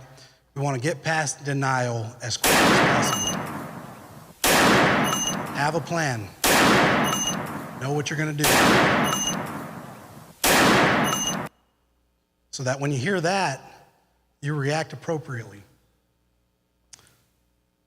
Playing dead. Where's my playing dead lady? All right, this one's for you. This video is an interview from a young lady who was a survivor from the Virginia Tech shootings. Now, I want you to pay attention to 2 main things during this video. 1, her denial. What does she say she heard? And then 2, what did she do? We heard the first shots at around 9:40 a.m. I was sitting on the wall of the classroom, so in the hallway, and I could hear the shots getting closer and closer very quickly. I mean, there was only a few seconds between the first time we heard them and when he actually walked in. To me, it sounded like an axe being taken to a piece of wood. And our teacher, she opened the door and she peered outside and she immediately shut the door and she said, "Call 911." And right then, he walked in just seconds after. There's absolutely no time to think or to duck or to take cover, and people just kind of fell to the floor. And he immediately walked in shooting, and he went to the other side of the classroom, and he started going down the rows. He went down each row very quickly, very purposefully, And I remember thinking, your turn is coming. You're going to get shot. I mean, I didn't realize there was an active shooter, but I knew something bad was happening. He came back to our classroom 3 times, and on the 3rd time, he killed himself in the front of the class. In between. All right. What did she describe hearing? An axe splitting wood. Now, people, I'm a graduate of Texas A&M University, class of 2010. Whoop. That's a very rural campus, and one of our hobbies is chopping wood down for bonfire. And never has anyone ever brought an axe to chop wood in class. Is that a normal sound? No. But in her time of stress, her brain jumped to that rather than gunshots. That's that denial. Plain dead. How many times did that gunman come in? 3 times to her classroom. That's 3 different opportunities that he left that classroom and she took no action. Now, maybe she didn't have training. I'm not Monday morning quarterbacking this lady. I'm just saying that if you play dead or you hide and hope, you're giving up control of your own fate. You're leaving it up to God and nobody else, and you have no control. What we want you to do is take deliberate action. Anybody know where that room is? Is there anything there that you could hide behind? Yeah. Any furniture there you could hide behind that would stop a bullet? None. So no hiding and hoping, and no playing dead. So deliberation, your 3 options. Avoid, used to be called run, but we don't want to run like a lizard. We want to deliberately avoid the threat and know our exits. We want to deny, used to be called hide, but we don't want you to hide. We want you to actively deny that attacker access to you and to your students. Okay, it involves barricading the doors, locking doors. We're going to talk about it. And then defend, used to be called fight. Now we changed it because we don't want you to go seek out the threat. That's my job, not your job. You do the first 2 until you're forced to defend yourself. So let's see some examples of all 3 of those right here. This is a city council meeting. A gunman is going to walk in, and I don't know if he didn't like his taxes or what the deal was, but he has a bone to pick with the city council. And watch the 3 different responses from people in the crowd or in the room. And from the technology, you'll notice it's on the chart that you have there, and it's part of the plan that we have, that the workshop we're going to have following this meeting, but this will be the first step in that whole process. I have a motion.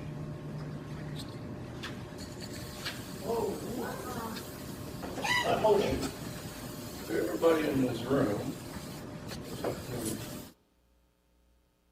behind that counter at the road.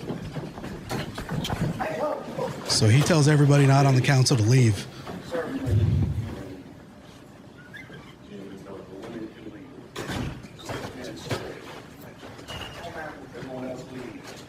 Now, this lady is on the council, but she's not going to wait for a second invitation. She's going to get her some gone. John. So here's our gunman. He's talking. John, go ahead. Uh-oh. Get some. Didn't work out, right? Did not go as planned. All right, so we saw some avoid. The lady that was on the council, she didn't give it a second thought. Hey, they're leaving. I'm getting out of here too. Bye. She's gone. Now, the lady that came up and attacked the gunman, was she in the situation or already removed when it started? She was removed. She went out and looked for the fight. That's not what we want. Wherever she was, she should have closed some doors and denied access to herself. Unless you got a gun and she was going to shoot him, which she didn't, deny. Now, the people on the council, what are they doing? They're paralyzed. I would venture to say they're stuck in denial. I'm just going to listen to what he says and it's all going to work out. It's going to work out. It's going to work out with a bullet. Don't be those people. Take action. Be deliberate. So avoid. Know your exits. Leave ASAP. Once you're a safe distance and you're far away from the threat, call 911. Now your school is going to have some different procedures, but how many numbers is 911? Pretty easy to remember, right? Everybody close your eyes. All right. Raise your hand if there are 6 exits from this room. Raise your hand if there are 5. Raise your hand if there are 4. Raise your hand if 3. Less than 3? Everybody open your eyes and look around.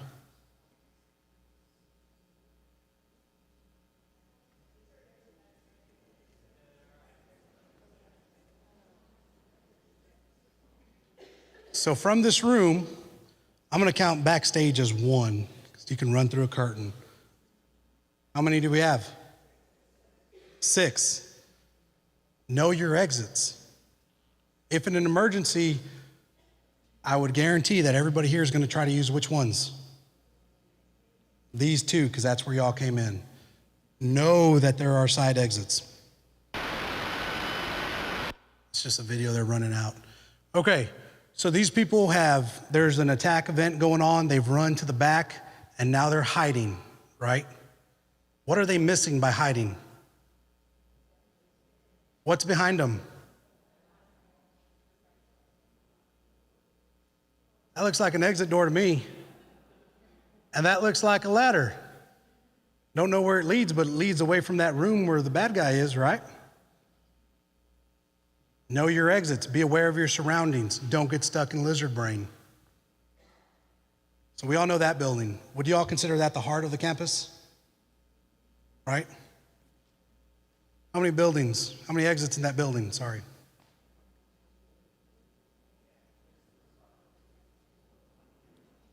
5. Now, in every building, there's going to be smaller exits, right? For the garbage, or that's restricted access, or you need a badge card.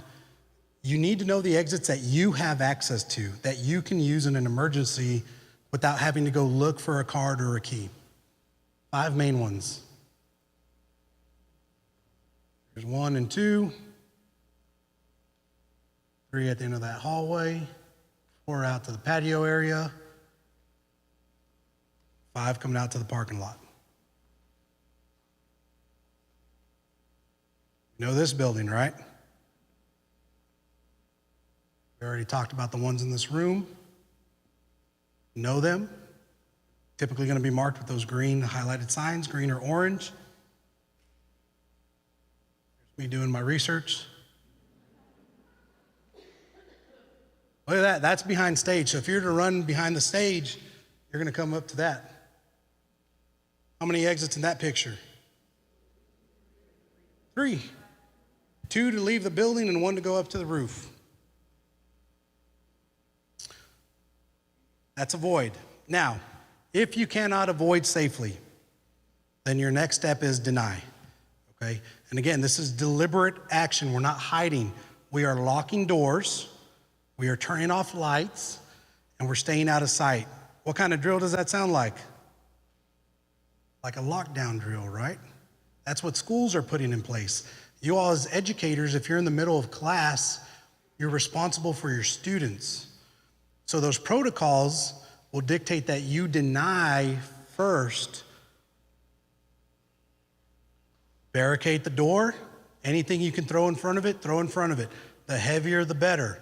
Any furniture, chairs, objects. You have a doorstop, put that doorstop on there. Okay? Now you all are very blessed. You all have a very good police chief with a great ISD, police department. And you all are ahead of the game. What is she not doing for deny? Can we at least close the door first? Start using some stuff to barricade? If you don't have door stops, your door doesn't have a lock, there's other things you can use. If it's a handled door, outward opening, you can use a rope, you can use a belt, you can use a shirt, and you put tension on it. Doesn't let them open it. This is why you all are ahead of the curve, all right? So your police department has made sure that there's one of these in every classroom. They've taken a piece of old fire hose, cut it into pieces. Anybody know what that's used for? That's right. There's no lock from the inside on this door that we can see, so you're gonna use what you have, which is the air compression arm up at the top. You slide that hose over it like so, and now you've prevented anybody from gaining access to that classroom. Very simple, but very effective.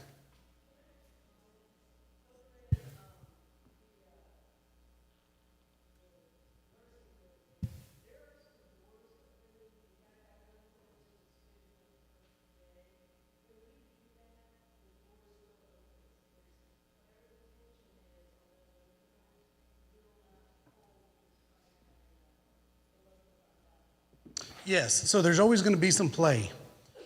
And it won't be perfect. Now that far, that's kind of a big gap. I would definitely bring that up with the chief and maybe maintenance and see what they can do to help out with that. In an emergency situation, once again, belts, shirts, shoelaces, ropes, do what you can to help that device out would be my suggestion. But it is a tool. It's not perfect and it might not be ideal, but it's an option. So now we're going to shift our mindset, right? What is courage? According to John Wayne, it's being scared to death and saddling up anyway. So you couldn't avoid the threat. Couldn't make it to an exit, okay? And you couldn't deny because your door's not working. And you hear this guy coming, and these shots, they're getting closer and they're getting louder. Well, now you shift your mindset and you be prepared to defend yourself like your life depends on it, because your life does depend on it. And when that wolf is at the door, you make sure you fight with everything you got. We're grabbing weapons. If there's a group of y'all, you jump them.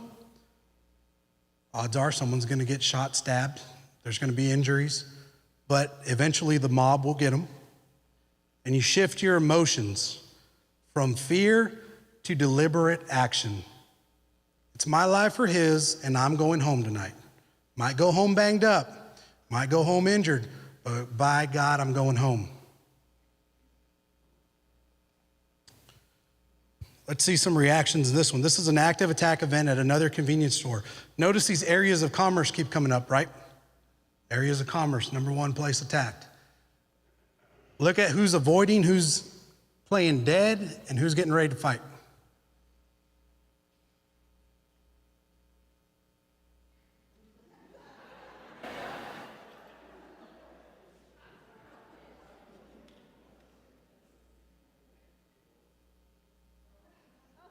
Now that lady standing, what is she stuck in?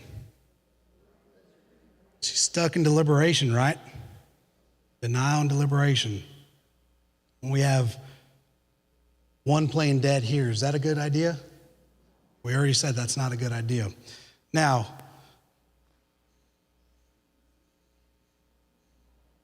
old Jim Bob here, he decides he's going to take the fight to the bad guy. Now, there's another security video angle, but I couldn't get it to work. But if you were to watch it, he makes it about 2 rows, and it's just enough time for that human brain to take over and be like, what are you doing? And he makes a right-hand turn and makes it out the door. So remember, your surroundings will dictate what you do. Avoid, deny, defend. Think of that concert. If you're out in an open field or you're at a park or an event, avoid. If you're in an area like this, pop, pop, pop, they're coming in from that door. Which way are we running? That way. Script it. When you go to Walmart, H-E-B, wherever you go get your groceries tonight, pay attention to exits. Where can I get out of this building if I had to? And remember, if you have to defend yourself, you make sure you do it with everything you got. So what you do matters. I'm going to take you back to Virginia Tech real quick. So Virginia Tech, a solo gunman, 98% of the time the attacker is going to be solo. Solo gunman enters Norris Hall. He goes up to the second floor. He begins shooting classrooms. Okay?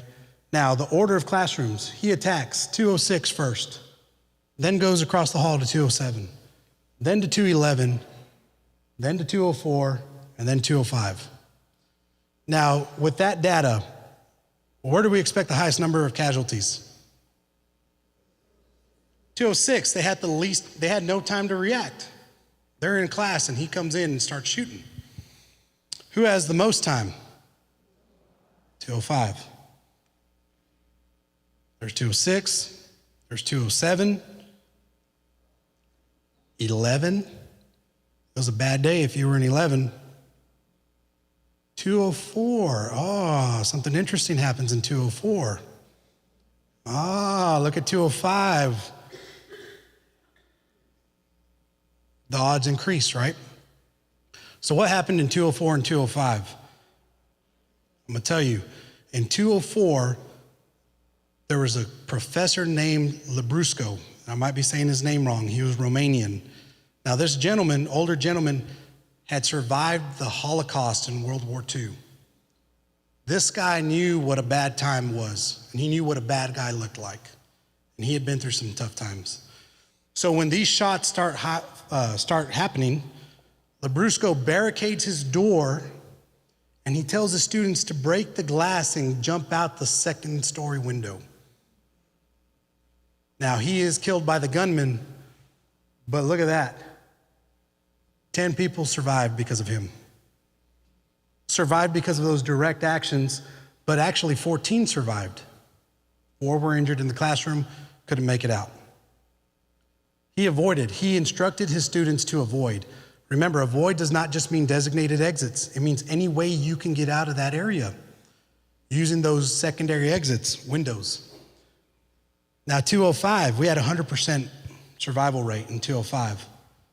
205 denied. They laid on the floor, all the students laid on the floor as close to the wall of the hallway as they could, and then several laid on the floor with their feet pressed up against the door. So the gunman's coming in, jamming on the door, he's not getting in. Well, remember, we want to kill as many people as quickly and as easily as possible. So he sprays through the door, but doesn't hit anybody because they're all on the floor. 0 casualties. Police show up and he killed himself. But there it is, there's the data in a graph for Virginia Tech. The longer the event goes on, the higher the chances of survivability. Remember, 3 minutes average time. So here's a flow chart. I know you educators like flow charts. So the attack begins. Are there primary exits? If there are, then avoid. If there's not, prepare to deny access. When you are denying, keep thinking, all right, I'm denying right now. Is there any other exit? If there are, then go back to avoid. And if they're not, continue to deny, but be prepared to defend yourself. When the police arrive, we're going to tell you to show us your hands. We're going to be giving orders. You need to listen and don't move unless instructed to do so. This is my order of operations if I were to show up on this scene. So if I come into an event, my first goal is to stop the killing. I am running to the sound of gunfire. My second goal is to stop the dying. And then my third goal will be to evacuate the injured. Now you all need to know this because if I come down a hallway or a general cafeteria, open area, whatever, and you are laying there shot, screaming for me to help you, but there are gunshots down the hall, pop, pop, pop, I am not going to help you. I'm going to run right past you to that sound of gunshots. That's what I get paid to do. That's my job. Once me or my brothers or sisters have sent that individual to whoever it is that he needs to meet, okay, then we're gonna come back and we're gonna start triaging. We're gonna start helping the wounded. Once the scene is secure, now EMS is starting to arrive and fire is starting to arrive. Then we're gonna work on evacuating people. This is important because the 3 minutes you have to do it on yourself or others. Are you ready? If you're not cool, I'm not walking them, dude. This is from Santa Fe High School. Your hands right to see him. Giving orders, we're keeping the group calm. Thank you. Thank you. Try to relax. Everyone try to relax. I'll take a bullet before you do. That's for damn sure. Just be cool, okay? Y'all want that guy showing up? Train first aid, train EM. Great resource. There it is. Teaches you about combat care, putting on a tourniquet, stopping literally the bleed. If an event like this happens, there's gonna be lasting traumatic issues. PTSD, it's real, okay? I can close my eyes right now and think of a bad event that I've been involved in and instantly transported right back there. The sounds, the smells, the senses. You all help to get you all counselors, to have people for you to talk to, work it out. They have a stress management plan. And then the national movement of we do not name them. We don't talk about the attackers or the gunmen. We talk about the victims to memorialize them. We talk about disaster response. We talked about the principles of avoid. Oh, come on, people.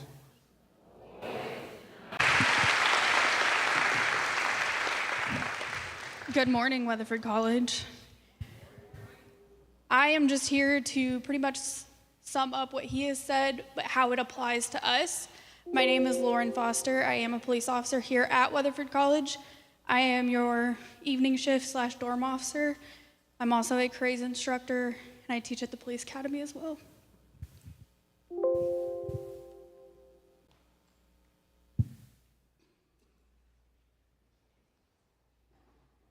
Okay, so how does this apply to us? You probably feel like you were drinking from a fire hose. We get all this information, and I will say probably the best way for you to put this into practice is to come help us. When we have the role-playing opportunities, it's the best way for y'all to be able to put into practice what you're learning here. You get to see how we are reacting. You get to kind of feel the stress that is involved. They have a leadership role. Every hand in this room should go up, and your fellow staff and faculty members. The way to have a plan is to start formulating, meet with your staff members, meet with your education team and say, hey, that could happen. Wheelchairs, we have students with disabilities, and we need to figure out how we can best accommodate them in these situations. So that means that I don't think is a common practice here, but should be.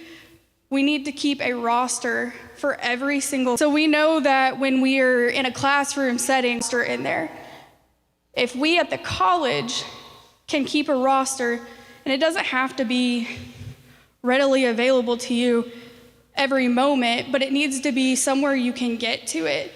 You can say, okay, well, this was the amount of people I had in my class. These are the people that we have missing. These are the people that are present. And then when we get to the reunification stage of this, we can figure out who we're missing and where they may have gone.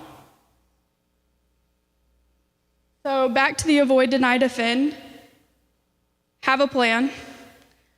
Practice the plan. So muscle memory is everything.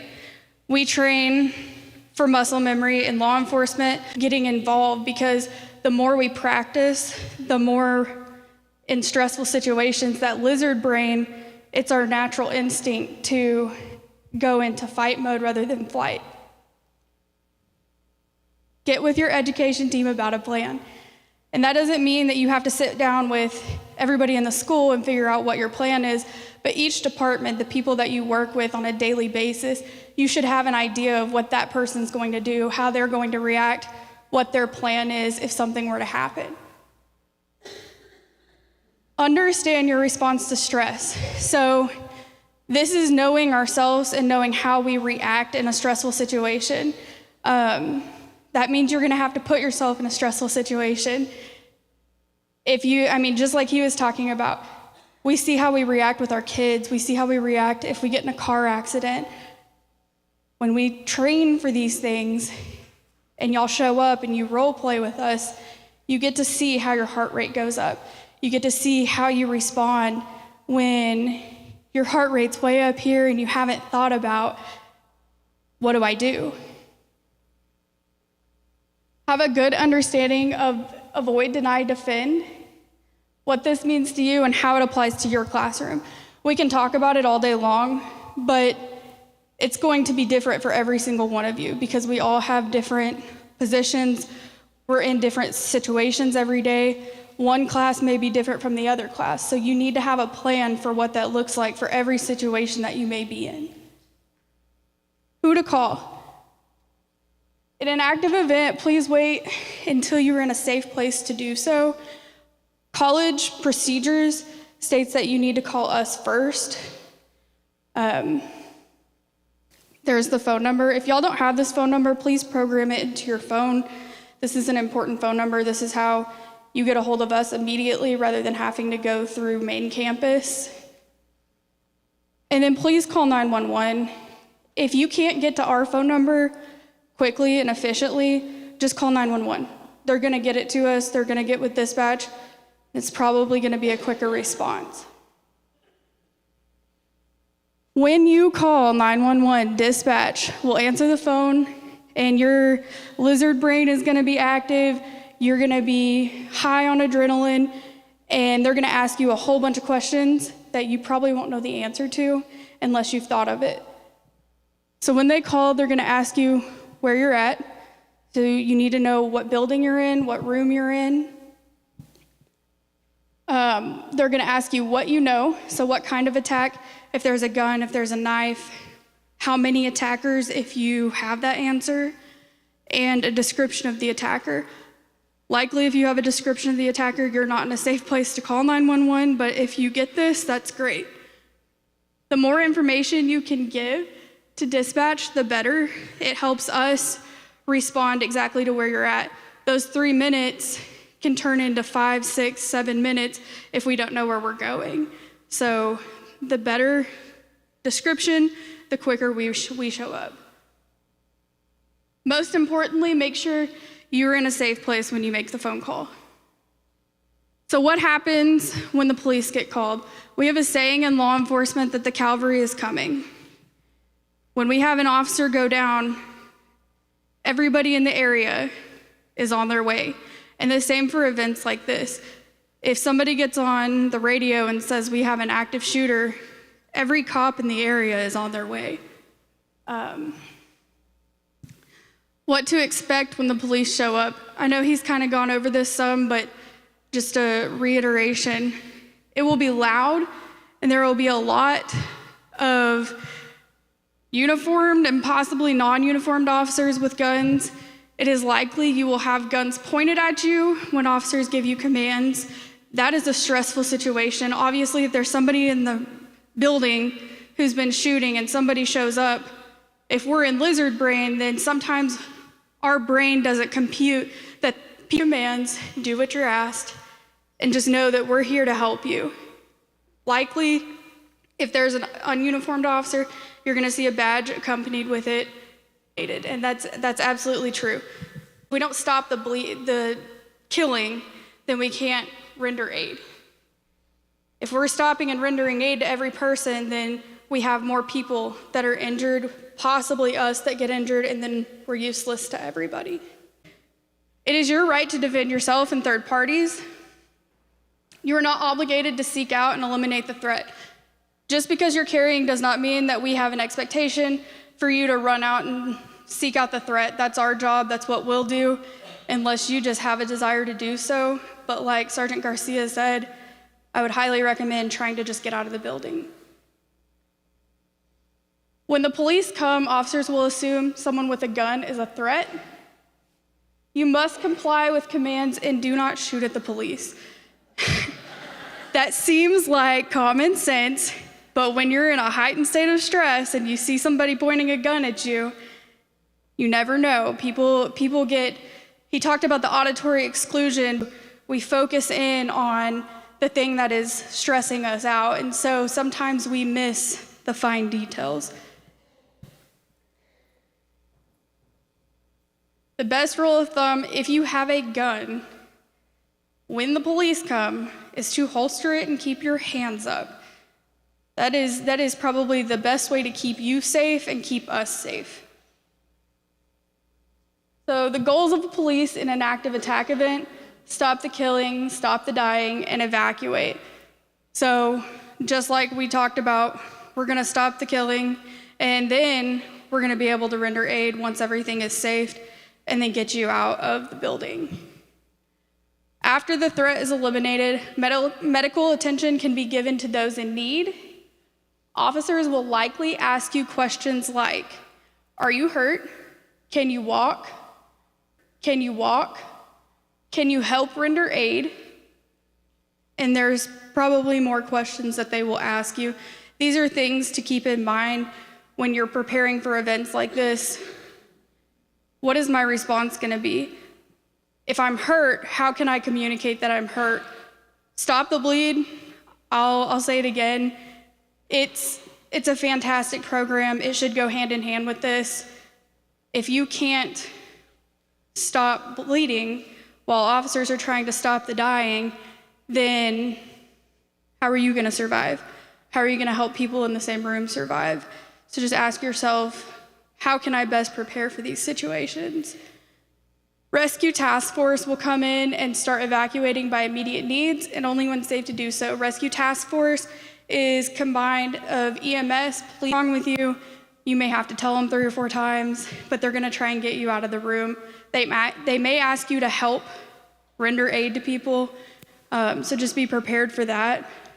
In the case of an active attack event, so what is my plan if I can't be part of campus? We wanna get as far away as possible, but we also wanna be able to make sure that you're safe and you're accounted for, so this would probably be the best place to come. If the incident did occur at or near Fine Arts, the library or the gym would be the next best place to go. What we are looking for is a centralized meeting area. Chairs work well for barricading. Put all furniture you can against the door. Use the fire hose next to the door if you have one to place over the arm of the door. Turn the lights off, and then get in the opposite corner. That is after the door is barricaded. If you can break a window and go out it and it is safe to do so, please do that, but keep in mind that you need to evaluate the situation. If it's not safe to break a window and go out, if you don't know where the attacker is, they could very well be outside, so just keep these things in mind. If you must fight, use anything you can to protect yourself. That's fire extinguishers, chairs, scissors, the phone on the door, on the wall, whatever it is that you can use to hurt the attacker, to delay them, to stop them, use it. This is our phone number. Like I said, please make sure that you put this in your phone if you don't have this. Make sure that your students have this in their phone, because this is the best way to get a hold of us as fast as possible. This is the 24/7 phone number. That is all I have for y'all. Thank y'all for tuning in.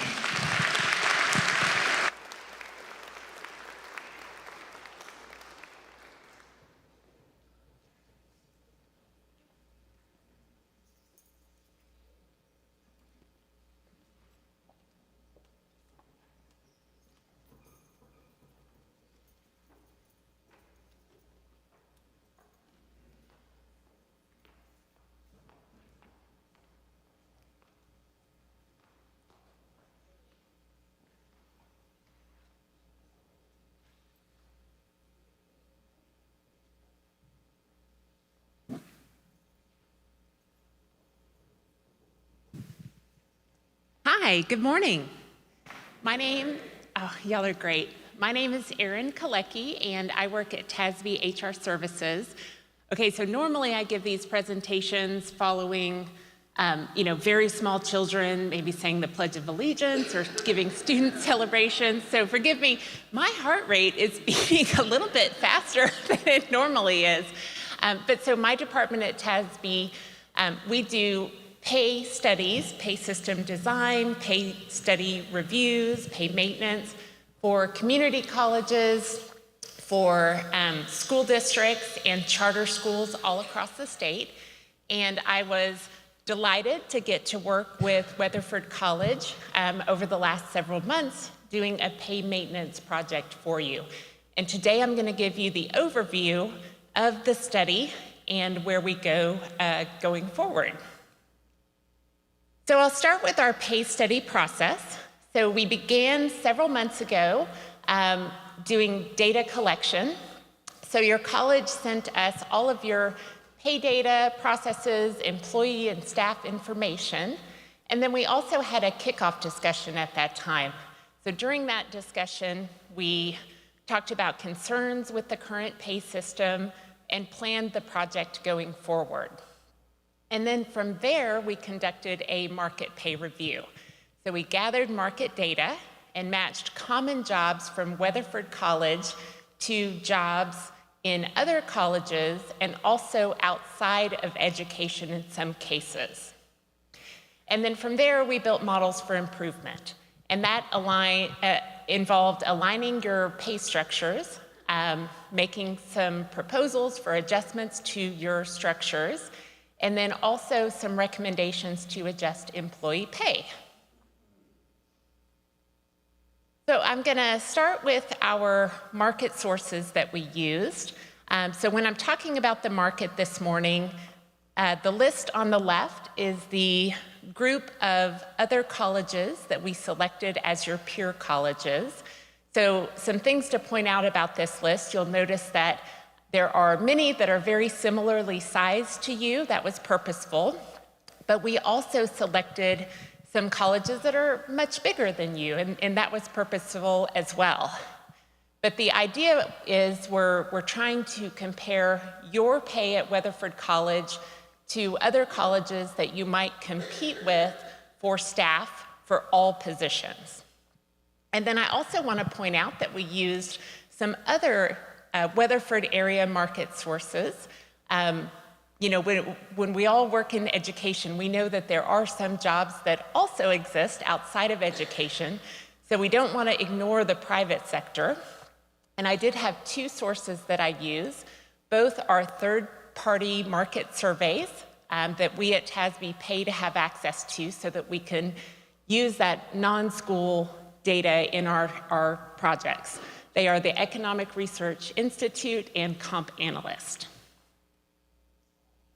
So this is a snapshot of the demographics of your faculty. I think what's nice to see about this pie graph is you do have a wide variety of experience levels among your faculty. Also, you are a very experienced faculty. Your average years of experience for your faculty is 16.5 years, and almost 73% of your faculty have 11 or more years of experience instructing. So this is a slide that shows you the big picture overview of your market comparisons broken down by pay group.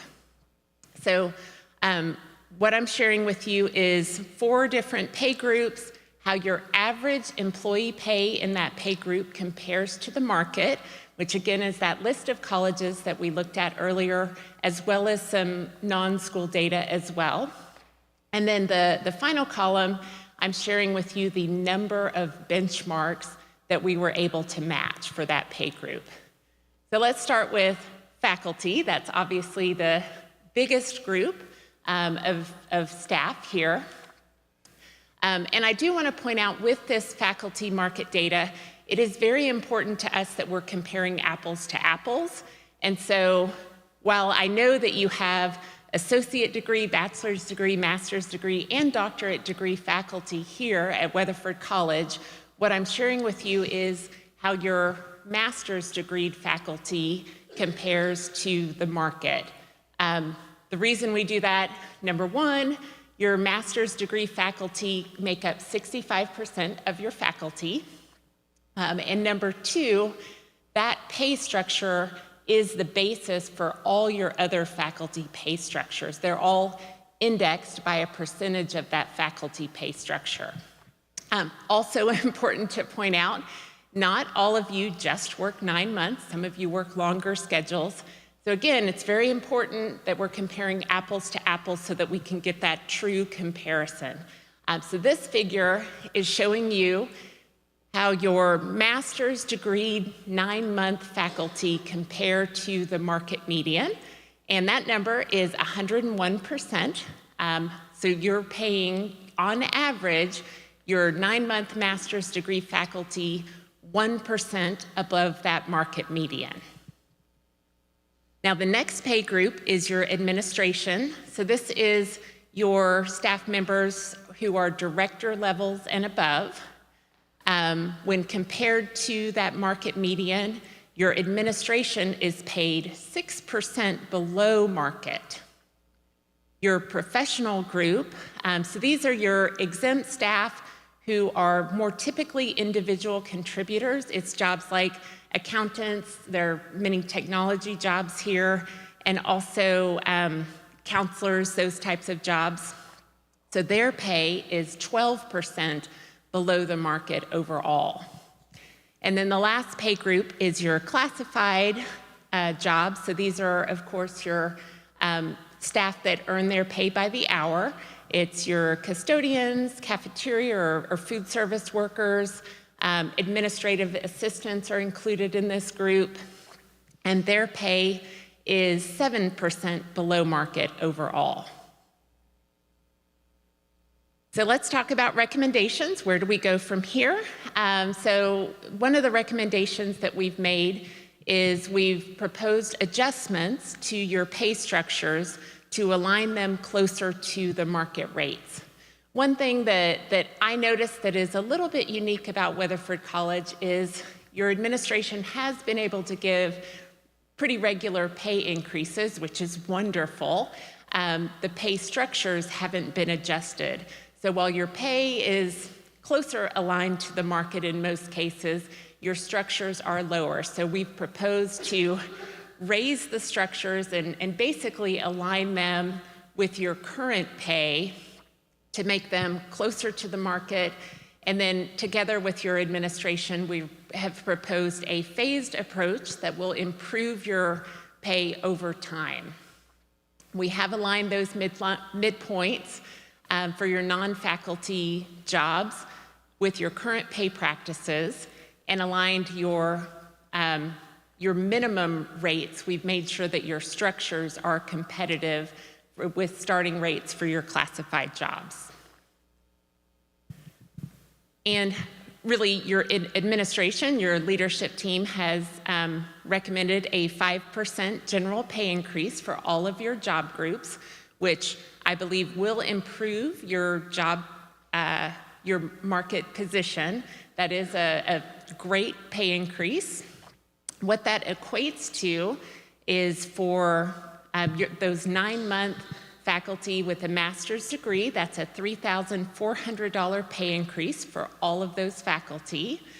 And I mentioned that we've proposed some increases to your structures.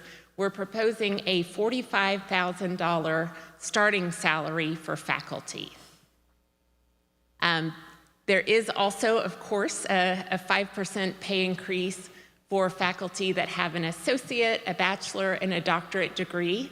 And those are calculated as a weighted factor based on that master's increase.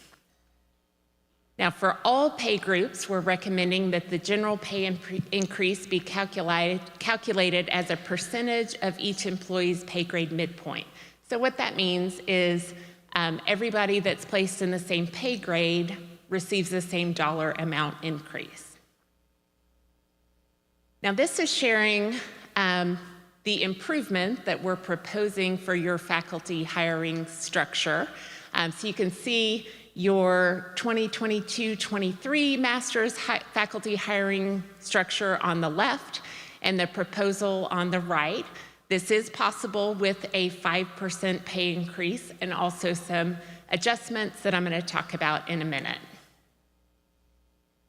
And of course, all of you aren't master's degree faculty. We've probably got some other groups in here as well. So I wanted to share how this looks for those other faculty as well. So your associate's degreed faculty is indexed at 94% of the master's degree schedule, bachelor's at 96%, and then doctorate, of course, because you're competing with some of the four-year universities and you have four-year programs here, that one is indexed at 115%. Now, the proposed pay increase for each of those groups is up there in the second row. So for those of you that have an associate's degree, the proposed increase for you, it is 5% calculated based off the midpoint of your salary structure. It equals $3,068. For those holding a bachelor's degree, it would be $3,264. And then for those with a doctorate degree, it's $3,910. Okay, so I mentioned earlier that we've also proposed some adjustments in addition to the 5% general pay increase that's proposed for all staff. And I know I've been saying faculty a lot, but the 5% pay increase is proposed for all staff, custodians, food service workers, all the way up. But so because we've made some proposals to adjust your structures up, we do need to talk about some adjustments. The first adjustment I've listed here applies to all levels of your faculty. So with that 5% pay increase and the increase to the structure, we want to make sure that if an individual who is working here as a faculty member, even after the general pay increase, if their pay is below that proposed hiring structure, we don't want your college to hire in new faculty making more than you. So if that is something that happens, we're proposing an adjustment to raise you up to that hiring structure. It doesn't affect a whole lot of staff, but those additional adjustments were added purposefully so that we could continue to drive that structure towards the market rate faster. Adjustments are added to all levels of that hiring structure, with the highest adjustments starting at year 9 and above. So we're targeting your experienced faculty with additional adjustments. The next adjustment is an increase to 1% above the minimum. This applies for all your non-faculty. So again, because we propose to raise your structures, if after the general pay increase, you have a staff member whose pay is still below the minimum of their pay rate, we don't want that. We want them to be paid in the structure. So if that happens, we are proposing an increase to bring that person's pay to 1% above the minimum, so that they're not hanging out there below the structure. And then the last one applies to classified staff only. What the placement scale adjustments do, so we've applied the general pay increase to everyone. We've raised people up to 1% above the minimum, but we don't want to stop there because we don't want to leave pay compressed at the bottom of the pay range. So then we spread pay based on years of experience throughout that structure. So that's what those placement scale adjustments do. And then this last set of recommendations is really just a reiteration of your administration's commitment to continuing to increase pay and make it more market competitive, and also to provide all of you with pay transparency. So one thing that we noticed when going through the study was that a full review of job titles, job duties, job classifications is probably needed, and that's something that your leadership team has committed to do. And then we always recommend that you continue to adjust all of your structures, your faculty, your administrative professional structure, and your classified structures annually so that you're continuing to drive that market competitive pay. And then, of course, we recommend that your leadership team continue to grant general pay increases calculated on the midpoint. What that does is helps drive pay that's lowest to market closer, faster, and then continue to grant those adjustments like we talked about in future years to continue to both make pay market competitive, but also those adjustments help you have internally equitable pay.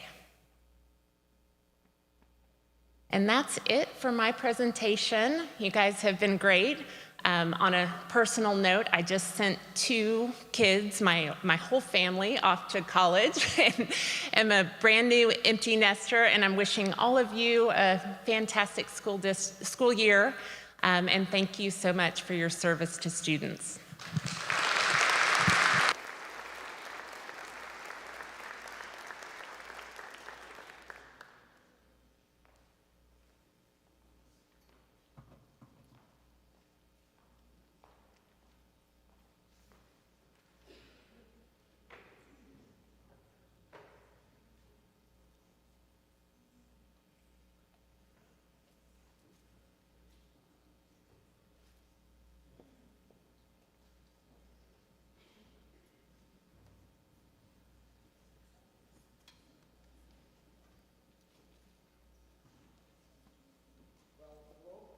Weatherford College.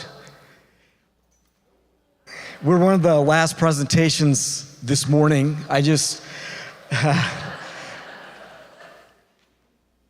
want to invite you for a moment just to stand up. You can stretch for about 30 seconds, and then we'll get going.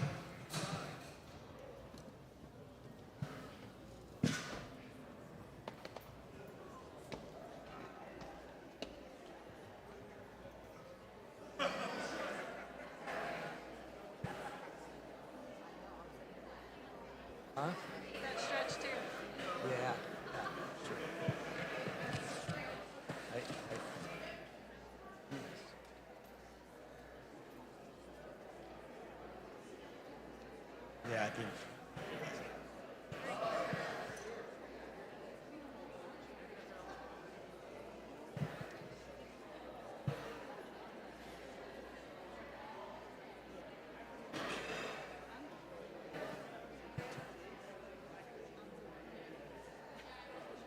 Okay, let's get back together.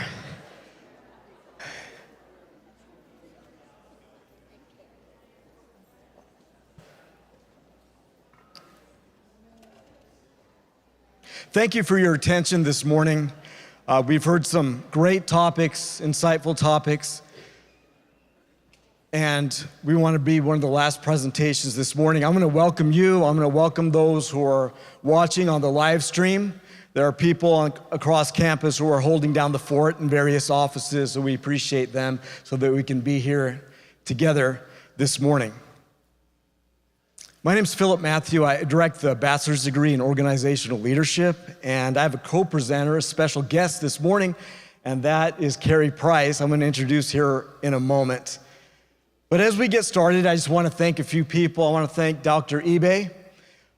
He asked me to share on this topic this morning. I shared this at one of the Lead Well workshops. You may have seen or heard about those. So he asked me to share this morning. So thank you, Dr. Ibe. I want to thank Debbie Alexander, helping put this event together, and Dr. Brewer as well. So I want to introduce my special guest and co-presenter. This is Carrie Price. And Carrie is one of Weatherford's own. She's a graduate of the Human Services program here at the college. And then this past May, She graduated from the bachelor's degree in organizational leadership as well.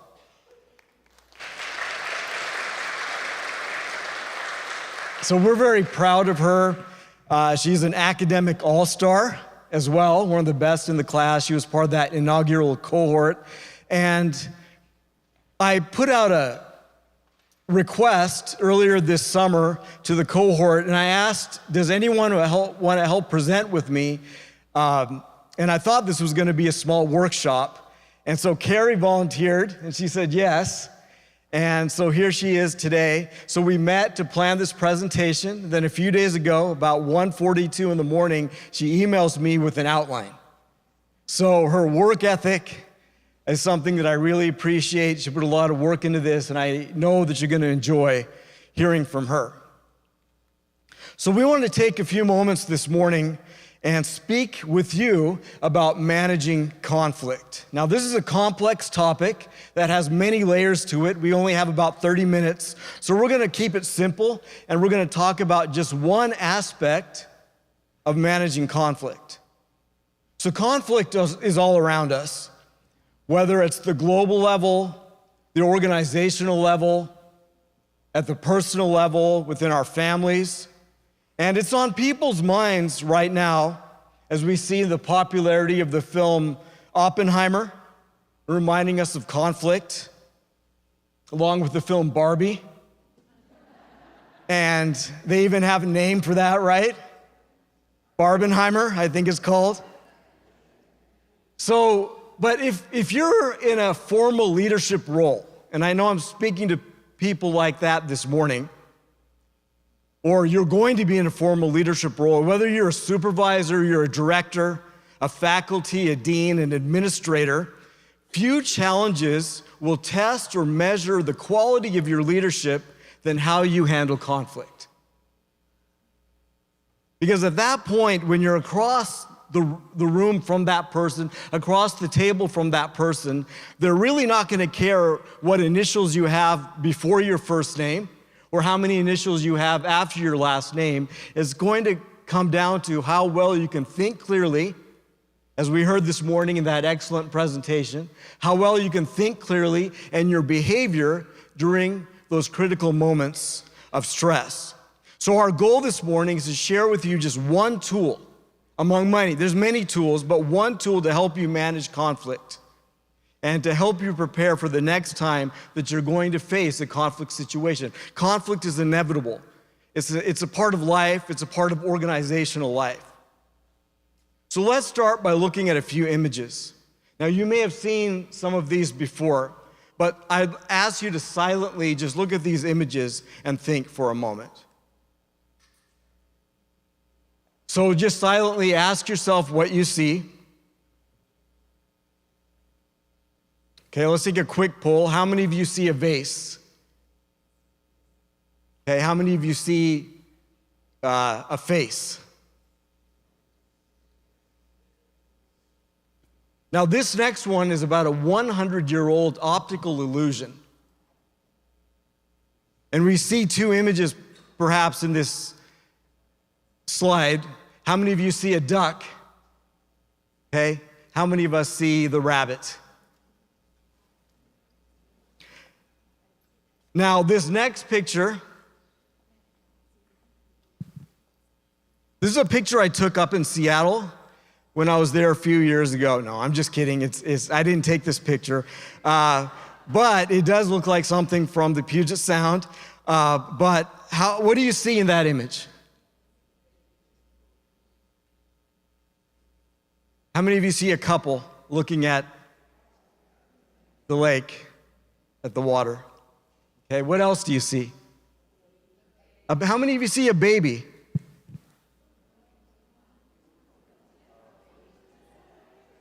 Okay. Now, someone called this spot the tot. So did you spot the tot? And then one last image. This is the last image I want to share with you. Okay, what do you see in this image?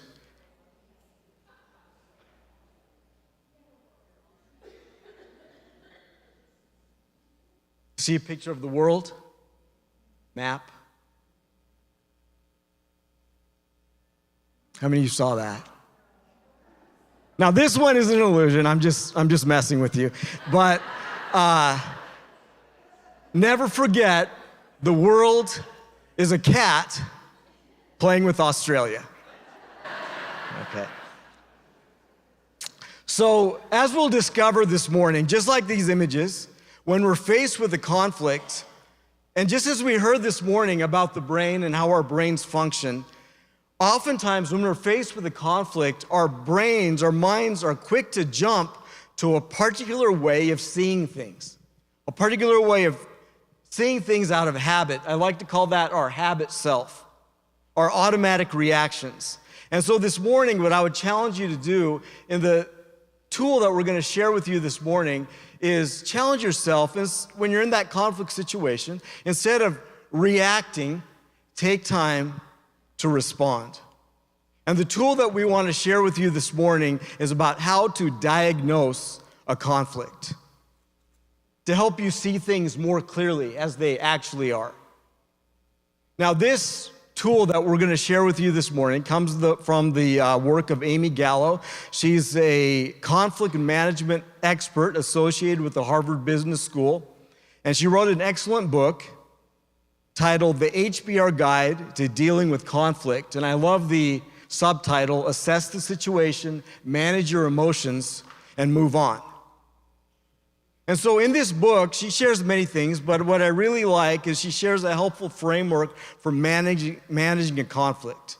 Now, this is just one way, one tool to better manage a conflict by identifying the type of conflict we're facing. So what Amy does, she points out that when we're facing a conflict, often people assume that their conflict, immediately our brain goes to, well, this is a personal issue. Somebody was snarky to me. Somebody disrespected me. Someone said something to me. But what she points out is something that I think is really insightful. She said that most conflict actually starts in one of three other categories. But our brains automatically assume, often wrongly, that it's a relationship issue, and we begin to take things personally.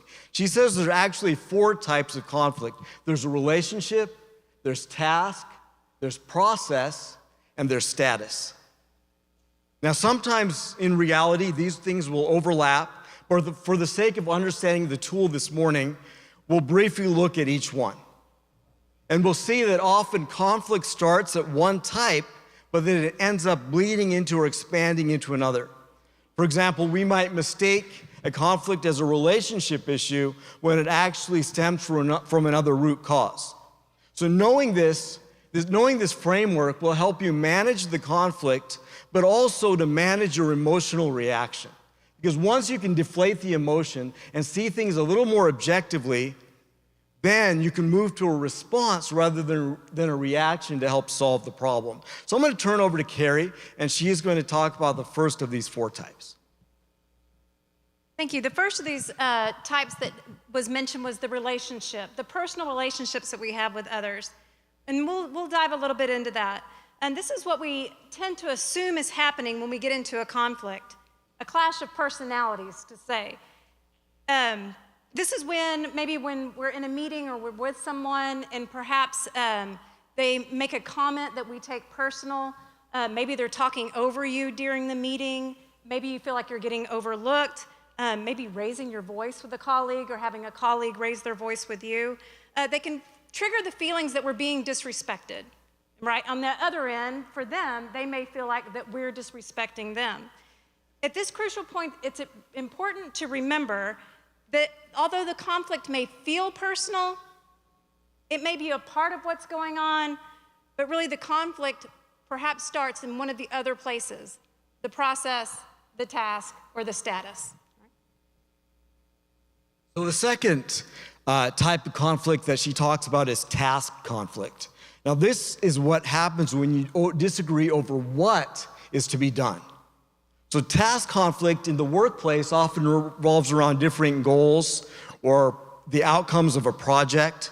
It could be a disagreement over what should be the agenda for our meeting today, or how to allocate resources for a project. So that's task conflict. Next, Carrie's going to share about process conflict. process conflicts arise from disagreements about how we're going to do something, how we're going to execute a task. It's not about what we're doing, but how we're going to do it. An example would be two team members disagreeing on the best approach on a project or how to implement a new policy. Amy Gallo gives an example of like legal versus sales. The legal team in a situation may think we need to be as tough as possible in this situation, that we should play hardball. However, the sales team may think, you know, we have to have an ongoing relationship with this person after this deal is closed. We need to take a more of a collaborative approach. So it's the disagreement about how to get something done or how to achieve that goal. Again, that was the process conflict. The other type of conflict she talks about is status conflict. So if task is about what and process is about how, status conflict is about who. Status conflicts emerge when we disagree about who. Who is in charge, or who should get the credit for the work, or who gets to decide. So this might be arguing over shared resources, or who gets the vacant office, or the next open position at the college. Who should get that? Now, this even gets a little more complicated because sometimes we're in meetings or in situations with people who think, well, I'm not technically in charge, but you know what, I should be in charge. And there's a lot of people with informal power. You might have the title, but that person on your team has a lot of informal power, holds a lot of weight. So this creates a conflict over who appears to be in charge versus who is actually in charge. So this simple framework, these are 4 types of conflict that we see. Now, every conflict isn't going to fit neatly into each category, but the beauty of this framework is that the next time you're facing a conflict, now you have a tool to begin to pull it apart. You can look at the conflict and say, okay, is this actually a big deal? Do I need to do something about it? And then if you decide to do something about it, now what it does, it helps you in a few ways. First of all, it gives you the language to talk about it. And you might say something like, you know, I think what we're really disagreeing about here is over how we should take on this project or what we should do, not whether both of us are good at our jobs. So now you have a tool to actually frame the conversation. It also, like I said earlier, it helps diffuse the emotion. So you can see things a little more objectively, takes the emotion out of it. So, but if we assume right from Jump Street that it's a personal conflict and that person doesn't like me and they have something personal against me, then what happens is you've already put yourself in a box with very few options. So if you can address the task, and you can address the process or the status, the personal stuff, the relationship, which is really difficult to handle sometimes, is going to be a lot easier to manage. So one of the key ideas that we talk about in the leadership program when we talk about conflict is the idea of start with the heart. Start with the heart.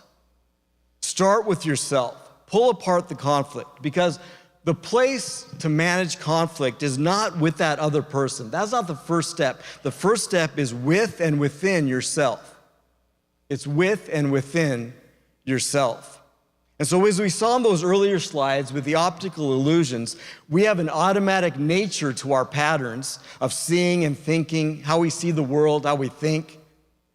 And hopefully, what I encourage us to do is, by applying this framework first, it'll help us get in a better frame of mind and help us frame the message when we get in that room with that other person. Thank you. All right, so we're going to wrap it up with a little bit on self-awareness, and this is one of my favorite pieces of conflict resolution, because it empowers us to bridge the gap between our emotional reactions and our actions. When we're self-aware, we can respond thoughtfully and instead of reacting impulsively. And developing a self-awareness takes practice, but it's a skill that can transform how we navigate conflict and how we enhance our relationships. And self-awareness can be the compass in your face of conflict. Now, I'm gonna go off script for just a second here. It looks like we've got just a minute.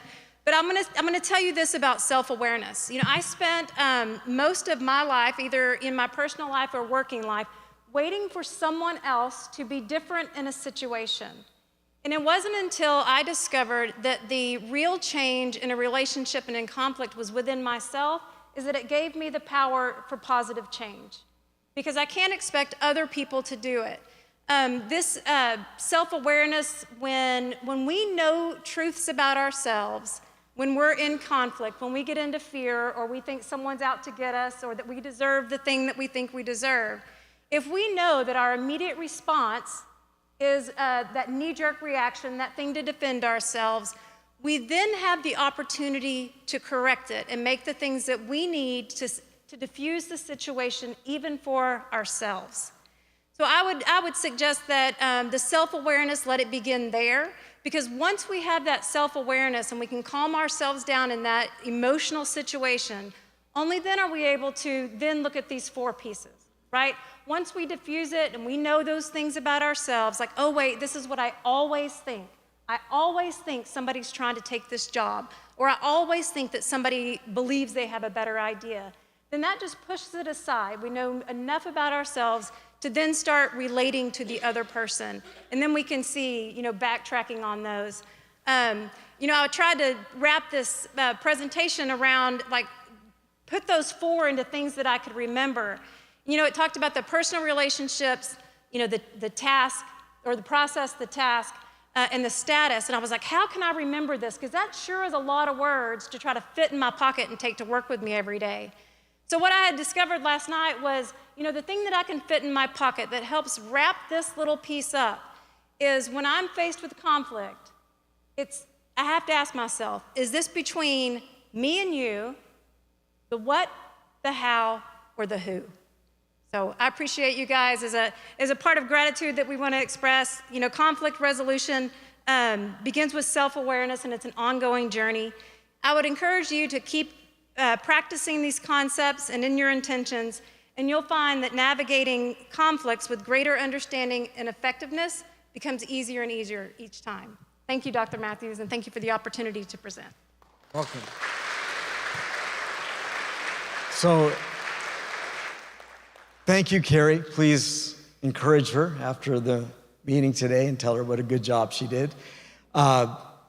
We're going to start a new beginning, a new school year. It's always exciting, a new academic year. We have great opportunities ahead of us. We have great students that we're going to work with. We have great people that we're surrounded with here at the college. So let's make the most of that opportunity. Let's work together with empathy and collaborate together and try to see things from other people's perspective. And let's have a great school year. Thank you, everybody.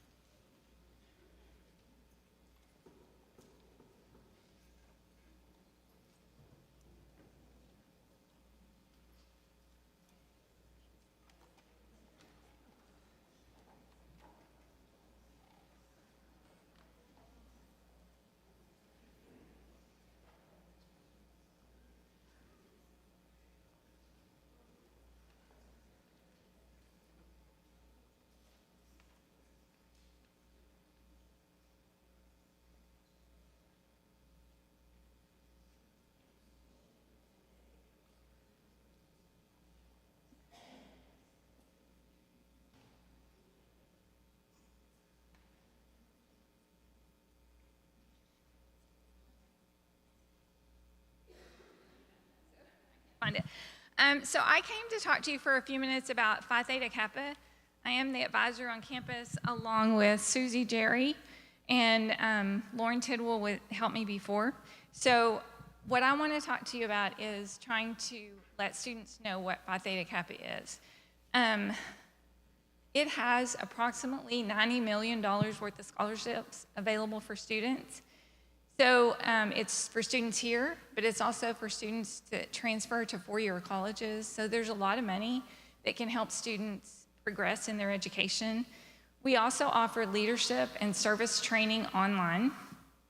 It's a free service with their membership, and it's a nationally recognized program. So they can go through it at their own pace, and then they can put it on their resumes and their transcripts, and most colleges recognize that. Colleges also recognize Phi Theta Kappa. Some colleges, for the mere membership, they offer a $20,000 scholarship, a $10,000 scholarship, or $5,000. So just by being a member, that makes them eligible. We also offer transfer services to the other colleges. We have college fairs that I post online in the resource room so that the students don't have to travel somewhere. They can meet with recruiters online. They offer students member discounts like to Dell Computers. There's a new one called BetterHelp for people who want to talk to a counselor online. The students can call in and talk to them. So this campus, approximately, I get my list from Student Services. We have approximately 1,000 to 1,200 students eligible each semester for Phi Theta Kappa. So what does it take to be Phi Theta Kappa? 3.5 GPA cumulative average, and that's based on 12 hours of college credit. That does include dual credit students coming in from high schools. So if they have that type of GPA and they're coming in, then they can become a member. 6 hours towards a certificate. So if it's a year-long certificate and they have 6 hours towards that, they're eligible. The thing I would like for the faculty to do to help us show members about Phi Theta Kappa, we send out emails ourselves from my email to invite them. Phi Theta Kappa headquarters sends them an email to invite them, and then they send snail mail with Dr. Farmer's signature on it. So they get several invitations, but there's so many honor societies that send things to students. They question about whether they're doing their due diligence and saying, is this real? Is this a good thing? This is more than just their name in the book somewhere floating across the United States. This gives them benefits. So what I would ask you as a faculty to let them know is that Phi Theta Kappa is real. It's been in business for over 100 years, and on this campus, it's been here a very long time. So there are 2 advisors here that can talk to them. I get emails every day, is this real? So if y'all could help us spread the word and let them know that it is real, and that if they want to talk to somebody, we have representatives right here, and we're willing to help them. It is kind of a chunk of change in the beginning. It's a $100 membership fee. That gets spread out everywhere, to headquarters and everything, but it's a lifetime membership. They never pay another member fee, so that's forever. They become alumni after that, and there's still alumni benefits to them when they leave this college or even education. So it's a great program, and we like to be active on campus. So the other thing I'd ask for you to do is if you have something happening, an event, we work with grants some, I'll send some of my students over because they need volunteer hours, and we'd like to see the Phi Theta Kappa shirts doing things on campus. So I appreciate your time. Thank you.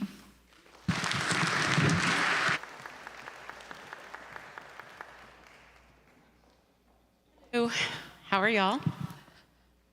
Ready to go? So let me see if I can find, I do have a PowerPoint somewhere, right there. So I will try to make this very quick. I'm Laura McBride, and I work with NSLS along with my brilliant colleague, Dr. Bishnu Twanabasu. And we are very proud of this organization that Dr. Ibe brought to campus. Just to sum it up, we have the same issue with NSLS, the National Society of Leadership and Success, that PTK does. A lot of people ask us if it is legitimate. It is. So if you have somebody ask you, do you know what NSLS is, or is it real? Yes. NSLS was founded in 2001, and as of right now, there are 700 plus chapters, over 1 million plus members. And then we brought NSLS to Weatherford College in the fall of 2021, and impressively, we have 600 plus members so far. Over 82 have been inducted, and we are just looking forward to growing. I wanted to take a minute to explain that our standards for NSLS are that you have a 2.75 GPA or above and 12 or more hours. That does include dual credit students. But what we do that is unique to NSLS is we provide leadership training to students so that they can go out and make a difference in the world, feel confident, be successful, and learn how to really take others on that journey with them as well. And so we have orientation, we have leadership training days, success networking team meetings. They get to hear these wonderful speaker broadcasts that they can get some really great advice. And what we want to do is tell them that they can stay here at Weatherford College, stay close, they can go far. That's our motto. Start today, lead tomorrow. They get this training and leadership, and we're so proud of how it's grown. Another thing that we get with NSLS students if they become members is they have all these benefits. And we do a lot of career building, resume building, enhancement, online job banks, but they also offer scholarships and things like that. And I wasn't sure how that would work, but actually one of our students at Weatherford College applied for an NSLS scholarship and beat out students from all over the United States. She got real money for that, and I was really happy about that. I'm very proud of that. So there's a lot of different things that they can take with them. There is a membership fee. It's $95, and that is a one-time fee, and they can transfer that to any four-year university if they choose to do so that has NSLS. But again, it's really about the leadership training skills that they get, and because it is fairly new on this campus, most students haven't heard of it, and they just really want to know if it's legit, and it is. So if they would like to get a hold of myself or Dr. Tawana Basu, we'd love to talk to them. There's a lot of benefits. Students have reported to us that they feel more self-confident about being a leader, also about how they can interact with others. They have better study habits and skills, and they just have a better outlook and college experience that they attribute to being a part of NSLS. So it helps them grow beyond the classroom. It helps make them great student leaders, and we're just very proud of that. So please send them our way if they are asking about it. We do have invitations that go out every semester, and we look forward to working with all of your students. Thank you.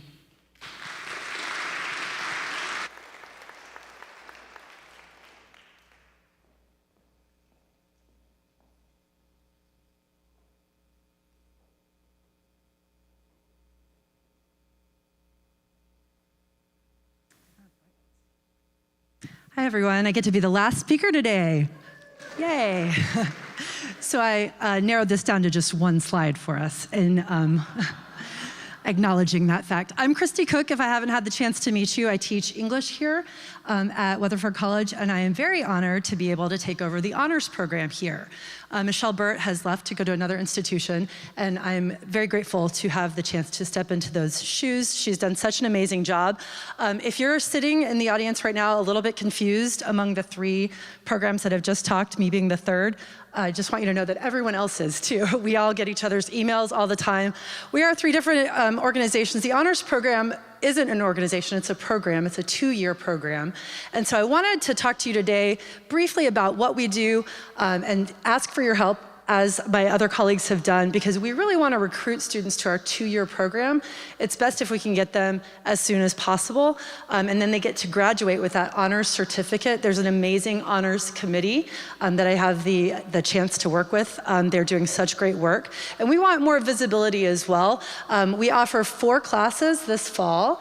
Psychology, creative writing, federal government, and American music. So you might see those if you have the advising tab or if you're working with advising in any way. We're very excited about those classes. Those classes change every semester.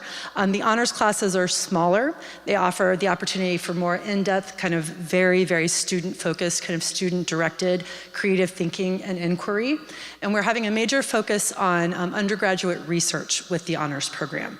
So I included my email address up here. I would love for you, if you see those students, those really bright, shining stars, I know we all have the chance to work with those students. When you see them, if you can talk to them and or talk to me, I'd be happy to start the conversation with them about becoming involved in the honors program. Again, some of the benefits, they get that honors designation on their transcript, They're eligible for scholarships that we have just for this honors program right here on campus. And then of course, they're open to, once they have this on their transcript, that opens them up to more scholarships as they transfer as well. We have an honors study lounge. I did not know where that was until I got to take over this position. So that's in the LART building. There's a dedicated study room for them in the library as well. There's a really great community of honors students. They're some of the best students that we have here. If any of you have had the chance to have them in your classes, you know that. The last thing I wanted to leave you with today is every semester we'll roll out a call for you all to propose if you'd like to teach an honors class. I want to really encourage everyone. I know that we're all kind of buried in work and sometimes it gets a bit overwhelming, but I want to really encourage everyone to consider whether or not you'd like to teach an honors class. I know that I was really interested in doing it, but I didn't know exactly what the process was or exactly what would be helpful for my department. So if you want to just shoot me an email, ccook@WC. I would love to chat with you if you have any interest at all, any questions about teaching in the honors program. Smaller class sizes, really engaged, excited students, kind of the stuff that I think makes us want to be teachers. I think that's what this program offers. Thank you so much for your attention, especially for the last gal of the day.